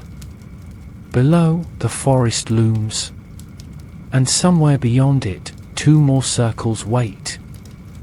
Your steps echo against the stone as you leave the battlements and descend into the heart of the keep, torchlight bouncing off the damp walls, the flickering shadows following close behind like a loyal hound. The corridors twist with familiarity, but tonight there's a stillness, a tension humming just beneath the usual quiet. You feel it in your bones. Back in your chambers, the fire is low and the candles have burned down to stubby wax ghosts. But there's no sleep yet. Not with the spymaster waiting in your study with news of a more domestic variety. He rises when you enter, bows slightly, and hands you a sealed note. This one did not come through official channels, sire. You break the wax. Read. Then sigh. A knight, one of your trusted household, has been seen sneaking through the servants' quarters. More than once. Often late. Often followed shortly thereafter by a maid who returns looking far too pleased with herself. Castle intrigue. Of course. You set the letter down and glance at your spymaster. What do we know? Nothing criminal, he replies. But she is the niece of Lord Terran. You rub your temple. Of course she is. Lord Terran is many things, proud, powerful, and deeply convinced that his family's honor rests entirely in how his nieces behave while folding laundry. You gesture for the spymaster to sit. Keep an eye on it, you say. No punishment. Yet. But if it becomes a scandal, I want to control the script. He nods and fades back into the shadows from whence he came, probably to listen at someone's fireplace or rifle through chamber pots. Historians often claim medieval courts were dens of intrigue, betrayal, and romance. You'd argue that's optimistic. It's more like a never-ending dinner party where everyone's secretly fighting over the inheritance. You stand, stretch, and step out once more into the corridor. This time not toward your bed, but toward the library annex. A quieter room. A place you sometimes go to think. The Queen finds you there, sometime later, a book open on your lap and a mug of mead cooling beside your elbow. You're avoiding the scandal, she says, settling into the chair opposite. Which one, you ask? The ghost letters, the stone circles, or the night with the wandering heart? She smirks. All of the above. The two of you sit in companionable silence. Eventually, she speaks again. I had a dream last night. There was fog. And a road lined with antlers. You turn to her, something tight forming behind your ribs. Go on. There were no people. Just voices. Like echoes. Saying names in the wrong order. You stare at her, the words from the whispering letter echoing in your ears. The crown is watched by more than men. You lean forward, voice low. We ride again in 2 days. To the north. I want to see the second circle for myself. She nods. I'll ride with you. You should protest. Tell her it's unsafe. That a queen doesn't chase rumors into the wild. But you don't. Because you've seen the way she holds a sword. And because if you're walking into something ancient, something breathing beneath the roots of the kingdom, you want her beside you.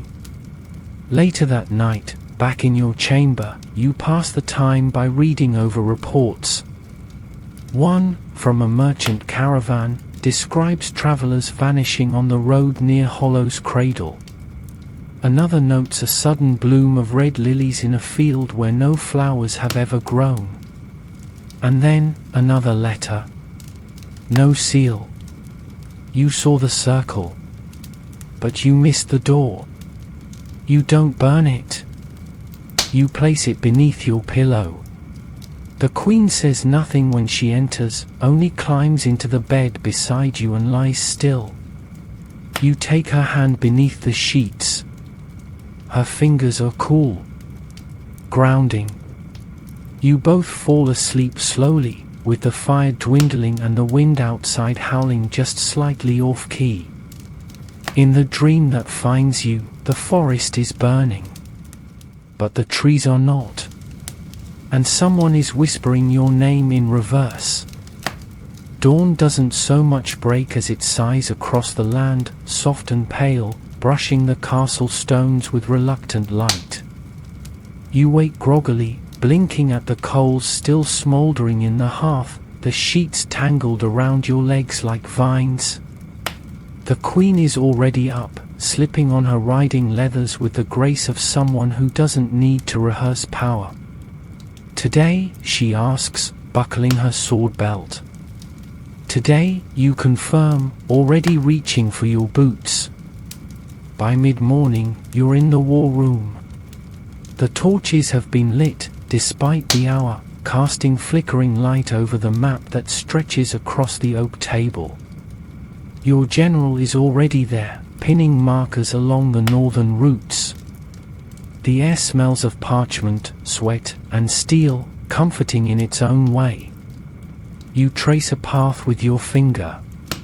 Here. The second circle is said to lie beyond this ridge, near the ruins of Kyaduin. The general raises an eyebrow. That place is half myth. Only the parts people haven't looked for. He nods and signals to his lieutenants. Within minutes, a plan is drawn, 6 riders, cloaked in common dress, moving at staggered intervals. You and the Queen will go in the third group, protected, but unassuming.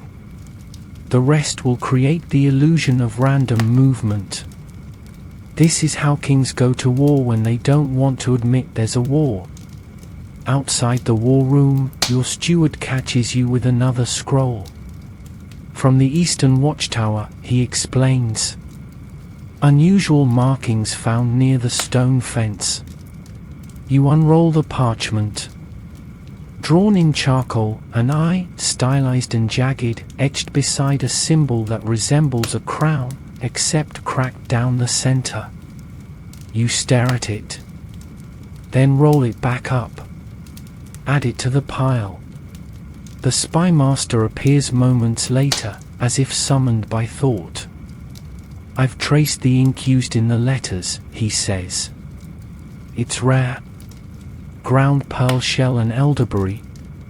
Used primarily by scribes in the monastery of Eltham Vale. That's 2 days' ride, you mutter. West of the first circle. And, he continues, that monastery was abandoned during your grandfather's reign. Supposedly due to illness. You nod. Send someone. Discreetly. And don't tell the bishop. He bows, already fading. Historians still argue whether monarchs led from strategy rooms or simply nodded when clever men made plans. But you've learned that knowing a map like you know your own hand is the difference between survival and a bard writing songs about your embarrassing death. You retire to the stables shortly after, where your mare is already saddled. The Queen mounts beside you, her falcon tucked safely into a travel cage. Flint insisted, she says, deadpan. He's quite invested in royal reconnaissance. You smirk. Just don't let him choose the direction. Your company rides out through the eastern gate first, circling the woods before veering north. The sky is blanketed with clouds, low and soft, threatening rain but never delivering. The road is muddy in patches, flanked by thick trees that lean closer than they should, as if curious. Hours pass with the rhythm of hoofbeats and whispered conversation. The scouts relay that no one's followed, not visibly, at least. Still, you feel eyes somewhere. Not malicious. Not yet. Just watching. You make camp near dusk on a ridge overlooking a narrow glen. The queen slices bread while you tend the fire. The guards post in pairs, silent, alert. Flint perches on a nearby branch, unmoving but very much awake. The forest is unnervingly quiet. After a sparse dinner, you call your general and your steward to the fire. We'll reach Kaiduin by mid-morning. I want no banners. No trumpets. Just eyes and ears. And if the circle is there, the steward asks. Then we mark it, you say, and get out. Quickly. That night, you dream again. This time, the circle pulses beneath your feet. The ash around it begins to glow, not with fire, but with a pale, silver light. From its center, something stirs. Not a person. Not exactly. A form. Shifting. Cloaked. It lifts a hand and points to the sky. You look up, and the stars are missing. You wake with a jolt, hand already reaching for the dagger beneath your cloak. The fire's low. The guards are awake. The queen watches you silently, understanding in her eyes. You nod. She doesn't ask what you saw. At dawn, you ride. Kaiduin rises like a memory out of the hills, crumbled towers, half swallowed by ivy and time, its stones worn smooth by rain and moss. You approach on foot, weapons sheathed, voices low. There, in the center of the overgrown courtyard, is the second circle. Smaller. Older. But identical. And in its center, something new. A bowl, carved from obsidian. Empty, but warm to the touch. You step back. The queen holds your hand tightly. And once again, you hear it. A voice, not in your ears, but beneath your ribs. 3 stones. 3 wounds. 3 kings. You swallow. Because there's only one of you. And 2 more circles still wait. You don't speak until the forest has swallowed the ruins behind you and the birdsong cautiously returns, as if nature itself held its breath around Kaiduin. The queen rides beside you in silence, her eyes fixed forward, her lips set in a line that says she's seen enough for one morning. You understand. The second circle wasn't just a relic. It was a message, left behind or left waiting. You're no longer sure which is worse. Your company takes a longer path back, one less likely to be shadowed or watched, though with everything you've seen, you're starting to question whether mere trees can stop what's listening. The ride is quiet. Even the horses seem to sense the tension, hooves crunching softly over damp earth, ears twitching. It's late afternoon when the castle gates come into view again, a familiar silhouette etched against the low, grey sky.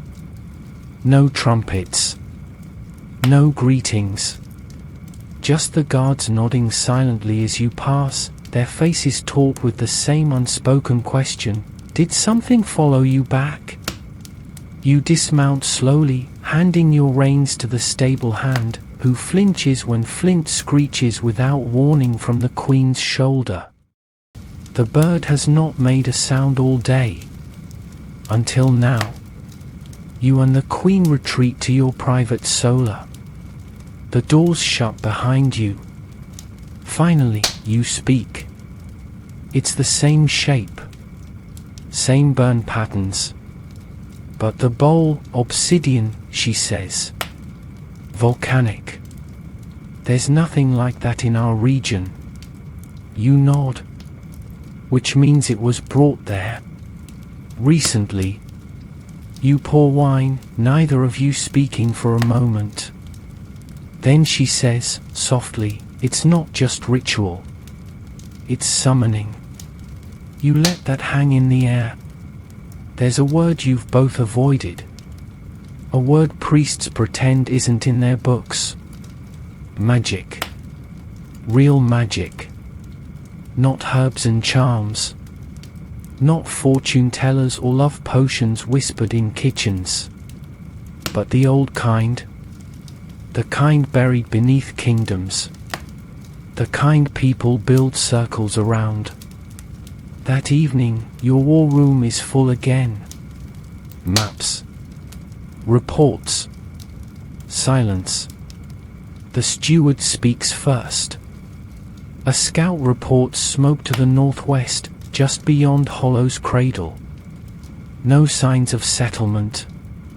No caravans expected. The ground is marshland. You mark the location. Send a rider to observe from the ridge. No contact. No approach. Your general sets down a scroll. Our border patrol in the south detained 2 riders yesterday. No banners, foreign accents, traveling light.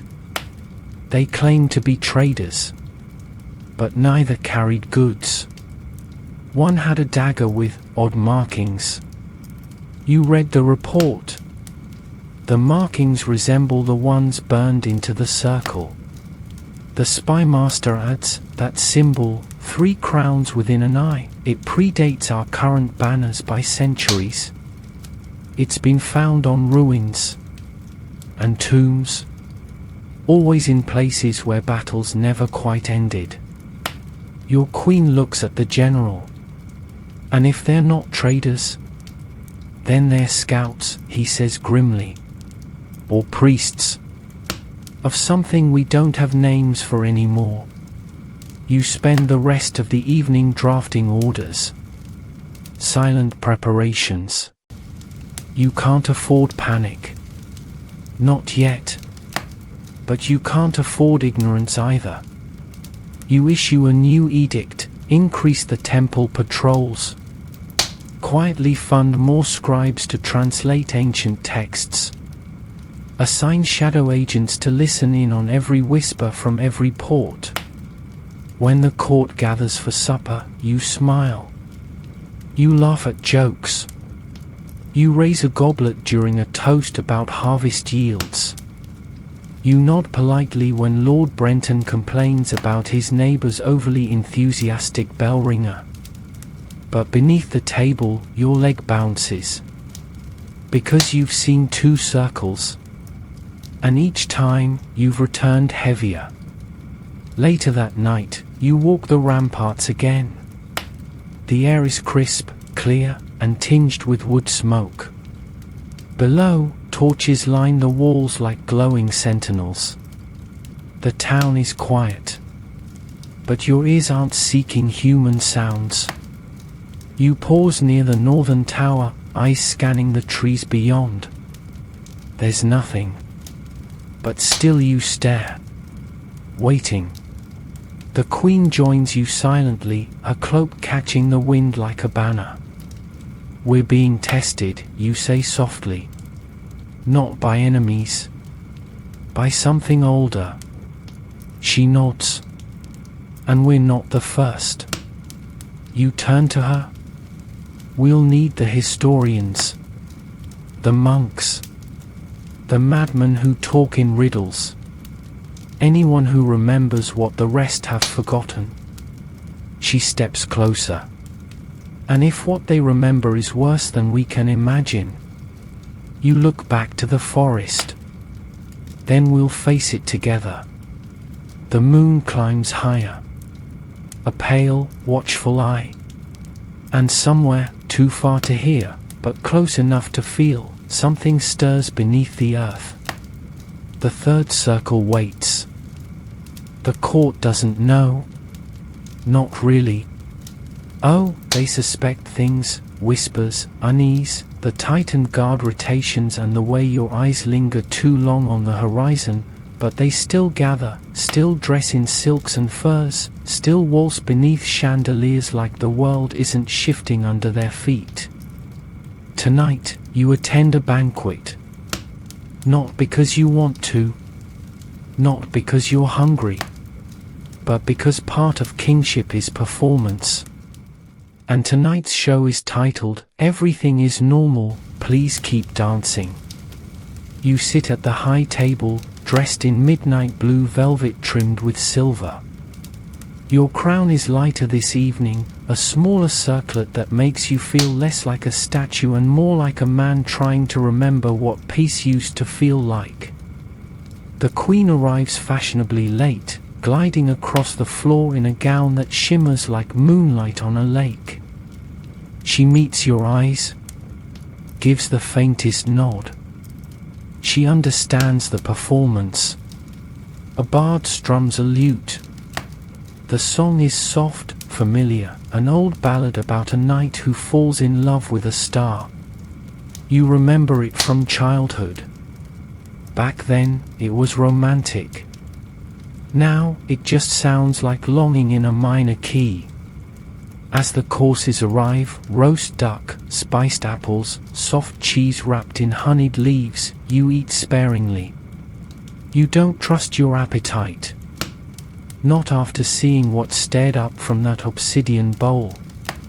The nobles toast your health, your victories, your glorious rule. You raise your goblet, smile, and mentally prepare for whatever rumor they'll twist this toast into by morning. Lord Fareham approaches during the second course. Tall, elegant, always wearing too many rings. Your Majesty, he begins, a pleasure, as always. Might I steal a moment of your attention?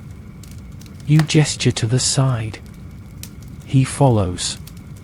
He leans close, lowering his voice. It's about the Baron of Garth.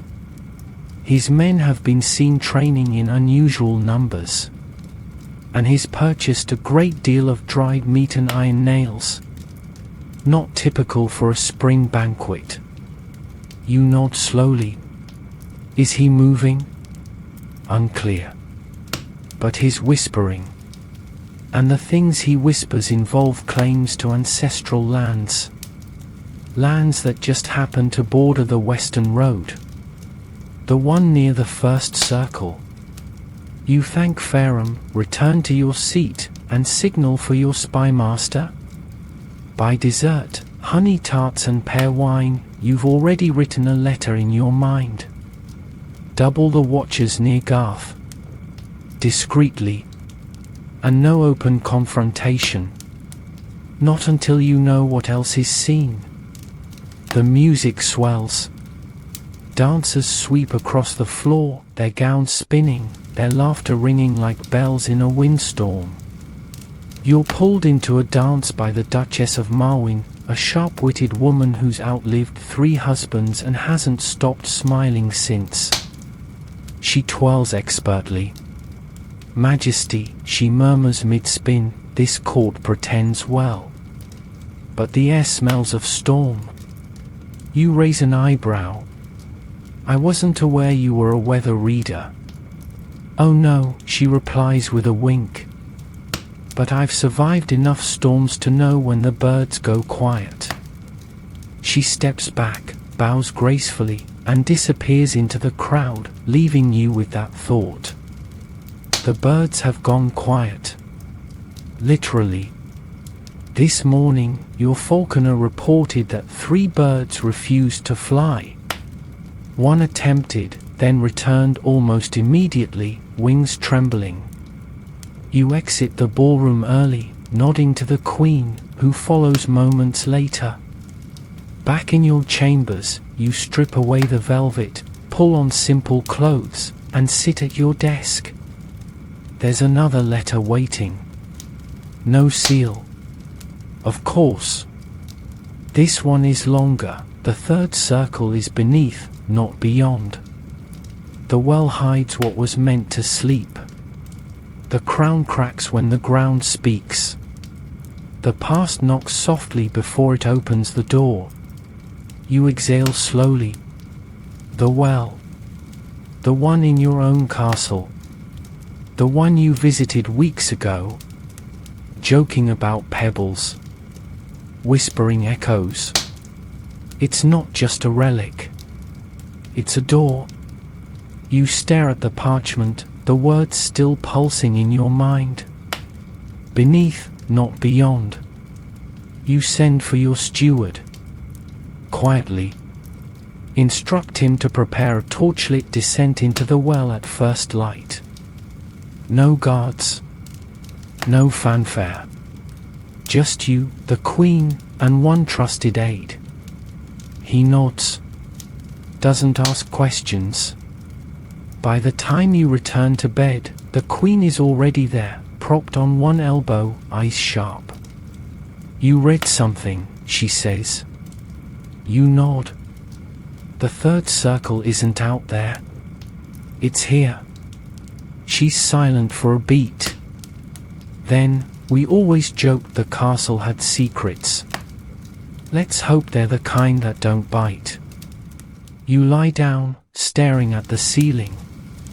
Somewhere below, through stone and darkness, something waits. The final piece. The last circle. And you're beginning to understand what's being summoned. Not just power, but memory. And memory never dies quietly. Dawn spills across the castle like a slow revelation, light slipping over rooftops, pooling in courtyards, and finally pressing through the narrow window of your chamber. You're already awake, sitting at the edge of your bed, lacing your boots like a soldier rather than a king.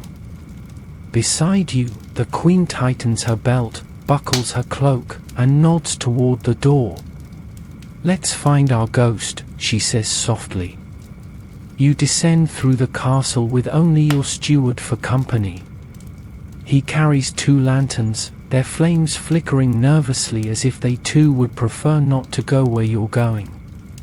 The guards at the well tower have been quietly dismissed. The air here is colder. Still. As though the stones themselves are holding their breath. The well looms in the center of the chamber, a circle of moss-covered stone, rope dangling into blackness, bucket long gone. You step closer. Peer over the edge. Even in the light of morning, it feels like night down there. The darkness isn't just absence. It's presence. You glance at the Queen. She draws a short blade from her belt. Just in case, she murmurs. You lower the lantern first, watching the rope slide through your gloved hand. It descends and descends until finally the light touches something. Stone. Wet. Flat. The bottom is reachable. You climb down first, boots scraping against cold rock, breath loud in the silence. When you reach the bottom, you raise the lantern, revealing slick walls and ancient masonry. Not just a pit. A chamber.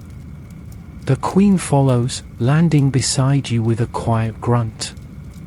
The steward remains above, rope in hand, watchful. You move slowly, the light guiding you forward into a narrow passage that twists beneath the castle. The walls are wrong, not quarried like the rest of the keep, but older. Carved. Symbols run along the stone in faded spirals, and at every turn, the air grows heavier. Eventually, the tunnel opens into a round chamber. You stop. The third circle. Not made of ash. Not burned into the ground. This one is carved deep into the floor, polished and precise. In its center stands a stone pedestal. Upon it, a bowl identical to the one at Kaiduin. Obsidian. Empty. You step closer. The queen beside you. And the whisper begins again. Not in your ears. In your blood. It is not memory you inherit. It is responsibility. The queen reaches out, just inches from the bowl, but you stop her. No touching, you say. Not until we know what it wants. You kneel beside the circle, tracing the carvings with your eyes. They match those found at the other sites. But these are incomplete. A full sequence. A story. 3 kings. 3 circles. 3 bindings. You whisper it aloud. This place isn't a gate. It's a seal. The queen frowns. And something wants it opened. You nod slowly. And then you see it. Etched at the edge of the stone, half buried beneath grime and age, your family's sigil. Not the current version. An older one. A lion with 3 eyes. This isn't coincidence, you say. This is legacy. You rise, the meaning unfolding like cold petals. Your bloodline wasn't crowned by fate or divine right. It was chosen. Because once, long ago, someone in your line helped seal this thing beneath the earth. And now, it's weakening. You step back, heart pounding. The queen's voice is quiet. Then we're not guarding a throne. We're guarding a prison. You nod. And the prison walls are cracking. You retreat from the circle carefully. The passage seems tighter now, the air more oppressive. Back at the rope, you signal for the steward. He hauls you up first, grunting with effort, then the queen. You emerge into daylight blinking, breathless, and changed. You don't speak until you're back in the solar. There, you pace while the queen leans against the hearth. The letters were warnings, you say. Not threats. Someone's trying to stop this. But who, she asks. The circles were hidden. The records burned. The church never spoke of them. You stop. Turn slowly. Unless someone in the church remembers. Or worse, wants it opened. You send for the spy master. Quietly. Urgently. He arrives, cloaked in soot and rumor. You give the order, investigate the bishop. Not the one from the capital. The old one. The one who retired years ago and retreated to the southern cloisters. If anyone has old records, it's him. And if anyone knows who broke the first seal, it's time they started talking. That evening, you climb the western tower. Alone. You stand at the top, wind whipping your cloak, the sky bruised with twilight. Below, your kingdom carries on. Fires flicker in hearths. Children chase geese. Merchants argue over flower prices. And beneath it all, a circle waits. You close your eyes. The memory of the pedestal still vivid. Of the sigil. Of the voice. You understand now. This isn't a curse. It's a responsibility. And you are not ready. But you are willing. Sleep doesn't come easily, and when it does, it's full of images you'd rather not name, eyes that never blink, staircases that spiral forever downward, and a voice that speaks in the cadence of thunder yet whispers like water trickling through your veins. You wake before dawn, drenched in sweat, your mind still tangled in dream logic and shadows. The Queen sleeps beside you, one hand curled around the edge of the sheet like it's a blade. Even in sleep, she's ready. You dress quietly and step out into the corridor, the castle still asleep except for the guards on rotation. You nod to them. They don't ask questions. Not anymore. Your destination this morning isn't the war room, or the chapel, or even the battlements. It's the treasury. The real one. Not the one the nobles taught to marvel at gilded goblets and unnecessary crowns, but the one hidden beneath 3 locked doors and guarded by silence. You descend a spiral staircase that smells of damp stone and iron, your boots echoing with every step. At the bottom, your steward waits, keys in hand, flanked by 2 knights who've sworn more oaths than most priests. The door creaks open. Inside, the chamber is colder than it should be, lined with shelves of ledgers, locked chests, and weapons too old to remember their original names. You cross to a chest marked only with a single rune, 3 points of a crown in a circle. You unlock it. Inside is your great-grandfather's journal. The one written in cipher. The one you've only skimmed until now. You sit. Open it. Read.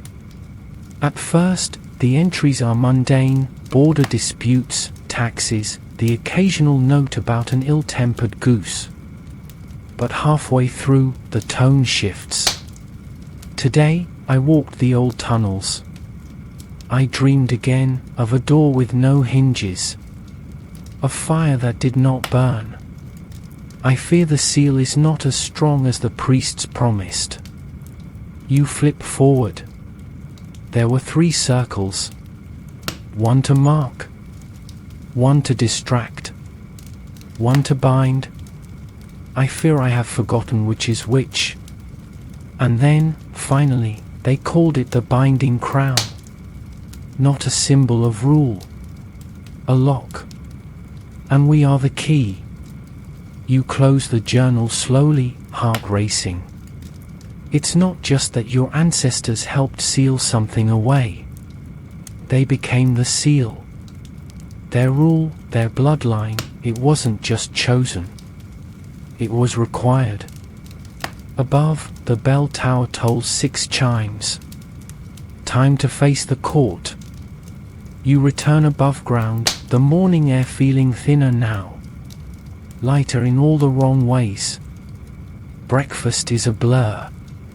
Honeyed porridge, cold bread, murmurs about trade routes and an upcoming wedding between 2 noble houses you couldn't care less about. Your thoughts are elsewhere. Because now you know why the letters came to you. Why the voice whispers in your dreams. Why your crest was etched beside the 3rd circle. And why it has to be you. That afternoon, your spy master returns from his mission to the southern cloisters. He enters your solar with a face like a tightened noose. The bishop is gone, he says. Vanished 2 weeks ago. No word. No travel.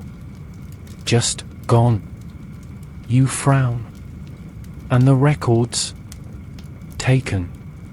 Or burned. He hands you a sliver of parchment. Burnt edges. Ashy. Only a few words remain. The blood of the king is the hinge. You stare at it. And feel a part of yourself click into place. This isn't about rule. It's about sacrifice. Later, in the great hall, the queen watches you closely. You know she sees it too. The pieces aligning. The story resolving into its final shape. You rise from the table mid-meal, ignoring the startled looks, and call your most trusted advisors to a private room. You lay it out for them. Everything. The circles. The seals. The journal. The letters. You tell them the kingdom is not just a line of borders. It's a lid. And something beneath is pressing upward. They're quiet for a long time. Then the general speaks. What do we do? You look out the window, beyond the castle, to the forest that hides your legacy. We find the final piece, you say. And we decide what kind of kings we want to be. That night, the queen finds you again on the balcony. Tomorrow, she asks. Tomorrow, you say. We open the last door. She takes your hand. Below, the wind picks up. And somewhere, deep in the earth, something listens. You ride at dawn. Not with a parade or a procession, but in silence, cloaked in simple wool, a sword at your side and the weight of 1,000 years pressing between your shoulder blades. The queen rides beside you. Behind, only three, your steward, the spy master, and a mute scout whose name no one remembers, but who's seen more than most are willing to say aloud. The castle fades behind you as you ride through the lower gate.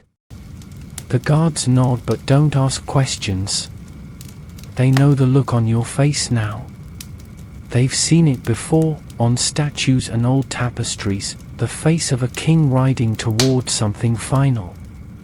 Your destination is a grove north of the castle, one marked on no official map, but traced carefully in the back of your great-grandfather's journal.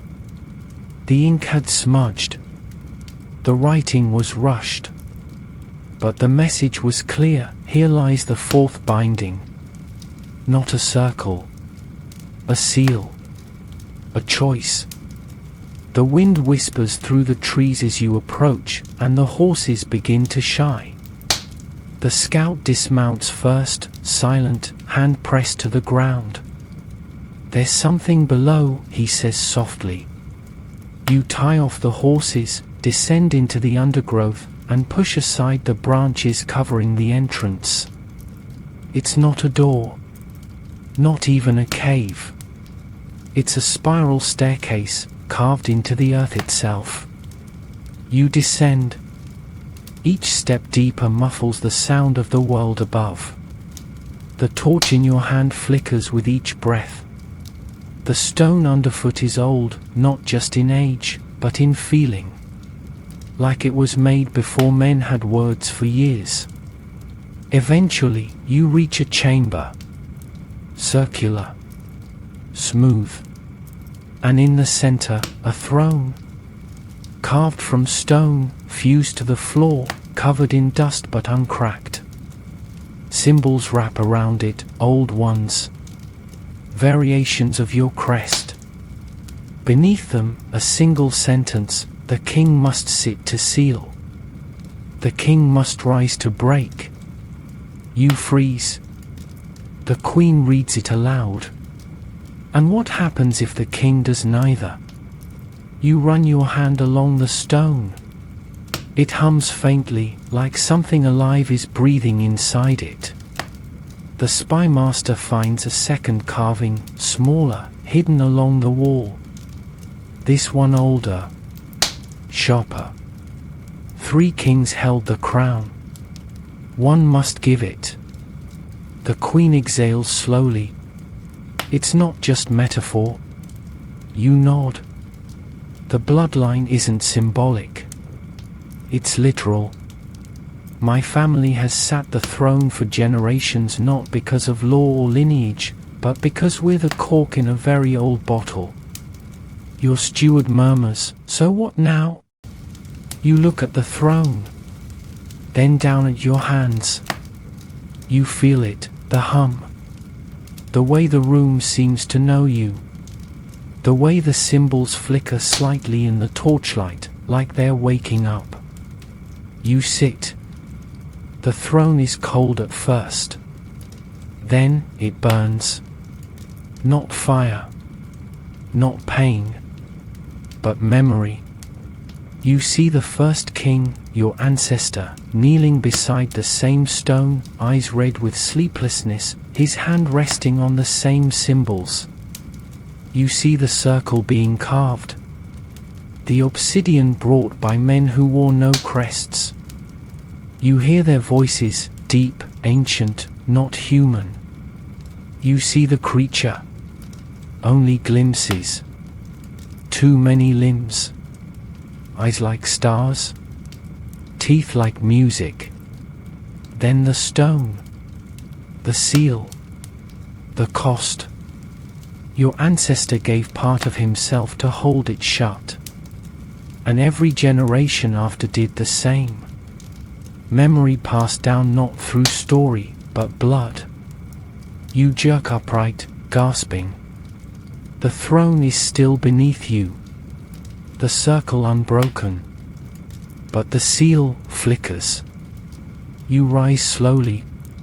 And the queen catches you before you fall. "What did you see?" she whispers. You shake your head. Everything. Above, the scout calls down. Riders coming. You rush up the stairs, legs weak but steady enough. Outside, a group of cloaked figures waits at the edge of the grove. At their head, the bishop. The one who vanished. No guards. No horses. He raises a hand. "Majesty." You draw your sword, but he doesn't flinch. "We were waiting for you to remember," he says calmly. The seal is weakening. The blood calls. You were never meant to fight it. The queen steps forward. "Then what were we meant to do?" The bishop smiles. "Finish what was begun. Open the seal. Become what you were meant to be." You lower your sword. "You want the creature freed." "We want the world reshaped," he replies. "The thing beneath is not a monster. It is memory, truth, power, and the crown is the key." You stare at him. And then, with a calm you don't feel, you say, "No." The bishop frowns. You cannot stop it. The line is breaking. "Then I'll rebuild it." He takes a step forward. You take one back. Your steward throws something, ash from the second circle. It hits the ground, and the bishop hisses. His followers recoil. Just for a moment. Long enough. You mount your horse. The queen beside you. "We seal it again," you say. "And then what?" she asks. "Then we find the others who still remember. And we make sure this never happens again." Behind you, the bishop calls out one final word, "Soon." You ride. Not toward safety, but toward the truth. The castle greets your return not with trumpets or banners, but with wary eyes and whispered glances. By now, word has spread of the vanished bishop, of cloaked figures at the grove, of the king who left before dawn and came back looking like he'd seen the inside of the world. You don't speak to the nobles when you ride through the gates. You don't need to. They step aside like trees in a windstorm, sensing that something's shifted. That something ancient now walks beside their monarch, cloaked not in velvet, but in memory. You dismount slowly. Your legs ache. Your heart even more so. Your steward is already organizing the next steps, securing the well chamber, redoubling the watch, sending coded messages to trusted allies in the north and south. There's no longer time for caution. You retreat to your private solar. The queen joins you. You close the door. Then you speak. We can't protect this alone. She nods. I've sent word to the abbot of Grey Lane. He's old, and he remembers things he's not supposed to. You sit heavily in the carved chair near the hearth, rubbing your temple. The fire crackles softly. There's no peace in it now. Only flickers. The queen watches you. You're thinking about the throne. You don't deny it. It's not just a seat anymore. It's a fuse. Silence stretches between you. Not uncomfortable, but heavy. Then, what if we leave? She asks. You look at her. Not flee. Not abandon. Just step aside. Leave the kingdom to someone who doesn't carry the blood. Break the line. You stare into the fire. It's tempting. But then you remember the journal. The king must sit to seal. The king must rise to break. It's not the crown that holds the seal. It's you. I think, you say slowly, that if we leave, it opens. That night, you call a secret council. Just 8 people. The ones who still believe. The ones who haven't traded their loyalty for titles or land. You lay it out, the 3 circles. The throne. The bishop's plan. Some pale. Some argue. But all agree, it must not be opened. The plan that emerges is bold, fragile, and full of risk. You will not wait for the bishop to strike. You will strike first. Not with armies, but with history. The next morning, you gather your court, not just nobles, but scribes, clergy, merchants, even blacksmiths and cooks. You stand before them in the courtyard, crown on your head, sword at your hip. And you tell the truth. Everything. The circles. The seal. The crown. Your lineage. The cost. At first, there is silence. Then murmurs. Then, slowly, something stranger, belief. Because they've seen the signs. The failing crops around the old glade. The birds that won't fly. The dreams. You finish with this. This kingdom is not just defended with swords. It is held together by trust. And I trust you to help me keep this seal closed. There is a long pause. Then someone kneels. Then another. Then half the court. The queen stands beside you, her face calm, her fingers laced in yours. Later, you meet with the armorer. Not to commission weapons. To commission chains. Forged in iron. Etched with the old runes from your ancestors' journal. Not to imprison people. To strengthen the well chamber. To bind it further. You send trusted men to the monastery ruins at Eltham Vale to recover any records still hidden. You summon the falconers. Tell them to send messages beyond your borders, to the desert kingdoms, the sea kings, even the old forests of the east. Because if this thing stirs, it stirs everywhere. That evening, you return to the well. Alone. The chamber feels different now. Aware. You sit on the edge. And you speak to it. I am the king. I carry the seal. I do not yield. There is no reply. But the air grows still. The queen finds you there hours later. Sits beside you. You believe it's listening, she asks. Yes. She nods. Then speak louder. The next morning, the bishop sends a message. 3 words. We are coming. You look to the Queen and smile. So are we. The war room hums with a different kind of tension now, one not born of border disputes or harvest tallies, but of deeper threads pulling tight across generations. Maps have been pushed aside. Instead, the old parchments line the table, journals, carvings, half-translated scrolls, and diagrams of the 3 circles.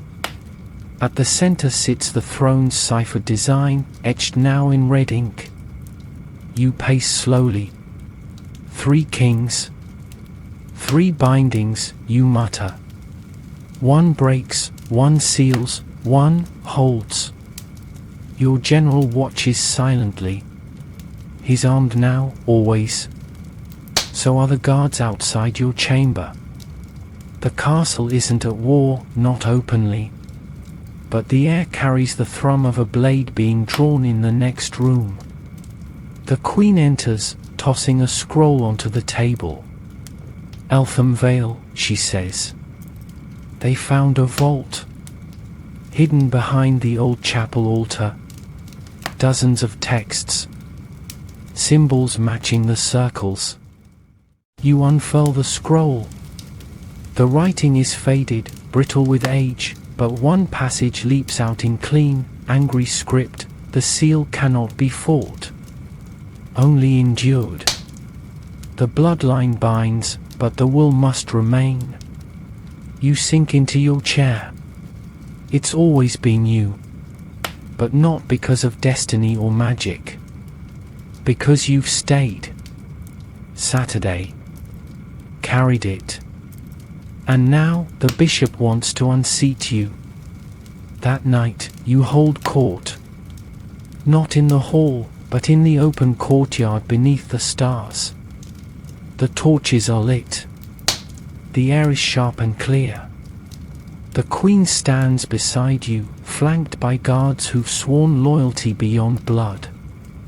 You speak not as a king, but as a man. I will not let this thing rise. But I will not do it alone. The people watch. And then they move. Villagers volunteer to reinforce the tunnels. Blacksmiths hammer runes into the new chain links. Nobles donate their vault silver for protection wards. Even the court's children offer help, one boy pressing a carved wooden lion into your palm. For luck, he says. The Queen watches it all unfold with a quiet pride. Later, as you stand together atop the castle walls, watching torchlines ripple across the courtyard, she speaks. You've made something stronger than stone. You nod. Let's hope it holds. The next day, scouts return. The bishop's followers are moving. South through the lowlands. No army, just cloaked pilgrims. But their pace is steady. And they chant. 3 words, repeated like a song. The king must break. You don't flinch when you hear it. Instead, you ride to the monastery ruins. Not to fight, but to find. The chapel lies in ruins. The vault beneath is still being cleared, but one find stands out, a mask. Iron. Shaped like a crown with no bottom. Not meant to be worn. Meant to be placed over something. A stone? A throne? You bring it back with you, placing it in the war room. Every advisor stares at it, silent. Because it doesn't look like a crown. It looks like a lid.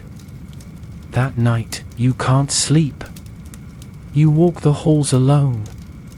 Not in fear. In readiness.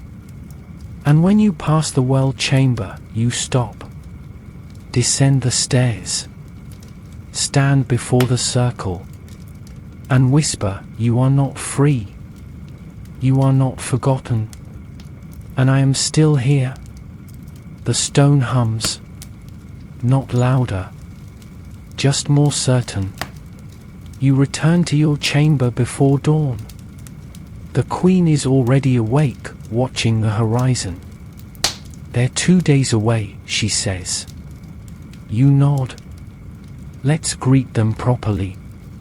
The next morning, you address the entire castle, standing on the walls as the people fill the courtyard below. Nobles, knights, merchants, servants, all gathered beneath the early sun. "We don't fight to conquer," you say. "We fight to remember." And they cheer. Not wildly, but like a people who understand that some things are bigger than battles.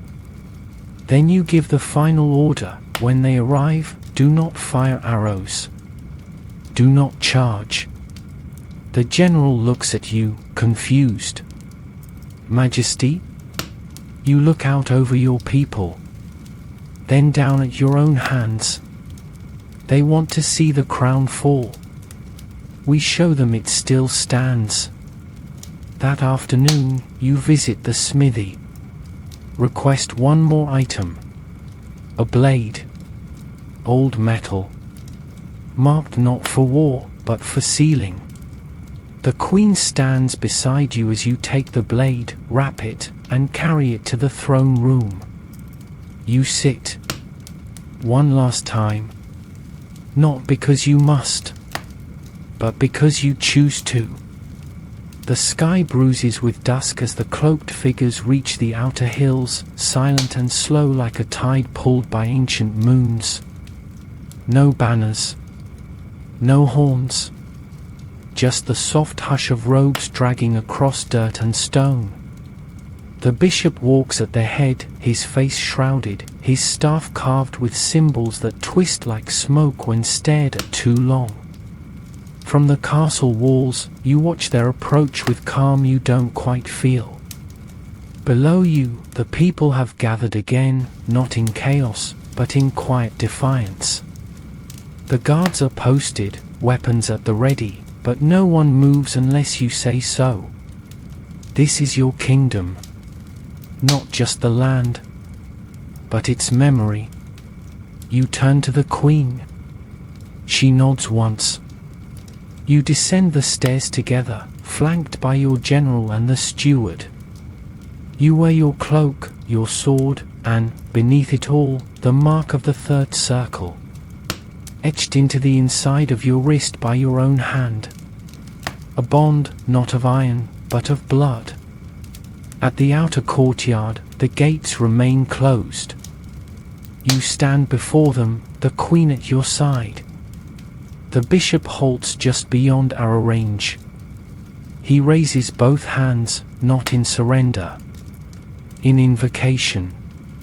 "It is time," he calls. His voice carries farther than it should. You raise your hand. The gates creak open, and you step forward, alone. The bishop smiles as you approach. You've felt it, haven't you? The pressure. The truth in your veins. You stop a dozen paces from him. "I've felt the weight," you say. "But I choose to carry it, not release it." He tilts his head. Why bear a lock when the door leads to power? You draw the blade from your side, not to strike, to show him the runes. "This isn't power," you say. "This is sacrifice." He steps closer. You could be more than king. You could be legend. You stare at him, heart steady. "I'd rather be remembered for what I held back than what I unleashed." He flinches, just slightly, and you know then, he was never chosen. He was only near the choosing. You step forward again. just once. The seal is bound, you say. The circle holds. He snarls now, voice cracking. You cannot hold it forever. I don't have to, you reply. And with that, you plunge the blade into the earth. Not in anger. In ritual. The ground shakes. Not violently, but like a breath held in. And the circle beneath the castle responds. You hear it. Feel it. The stone throne, the third circle, the obsidian bowl, it all pulses once, then goes still. Sealed. The bishop staggers, clutching his chest. His followers scatter. Some scream. Some simply fall to their knees, weeping. Because it is done. You return to the gates. They close behind you. Your people cheer, low and honest. The queen meets you at the stairs. Is it over? She asks. No, you say. But it's quiet again. That night, the castle breathes easier. Fires are lit. Meals are shared. Even the animals seem calmer. You sit by the hearth, holding the wooden lion the boy gave you days ago. The queen rests her head on your shoulder. Flint perches above the mantle, asleep. You whisper, more to yourself than anyone, we don't rule because we're chosen. We're chosen because we refuse to rule through fear. She smiles. And because we do the hard thing. Yes, you say, closing your eyes. We sit. The castle sleeps. The seal holds. And beneath it all, something vast dreams on in silence. For now. The chamber grows quiet. You stretch out slowly, the weight of the story melting from your limbs like candle wax. The fire crackles softly, now just a flickering pool of orange and gold, casting gentle shadows that dance along the old stone walls. Outside, the wind has settled into a lull, brushing the tower with a rhythm that almost feels like a lullaby. Breathe in. The king is safe. The seal holds. The kingdom rests under a sky no longer burdened by omens, only stars. Breathe out. The circles you walked tonight, the weight, the worry, they're far behind now, part of a world folding gently into memory. The throne, for all its heaviness, stood firm. And so did you. Let your thoughts wander now, to the garden beyond the keep, where the air smells of time and damp earth. Imagine walking there, unarmored, barefoot, your crown tucked under your arm like an old book. No duty. No decisions.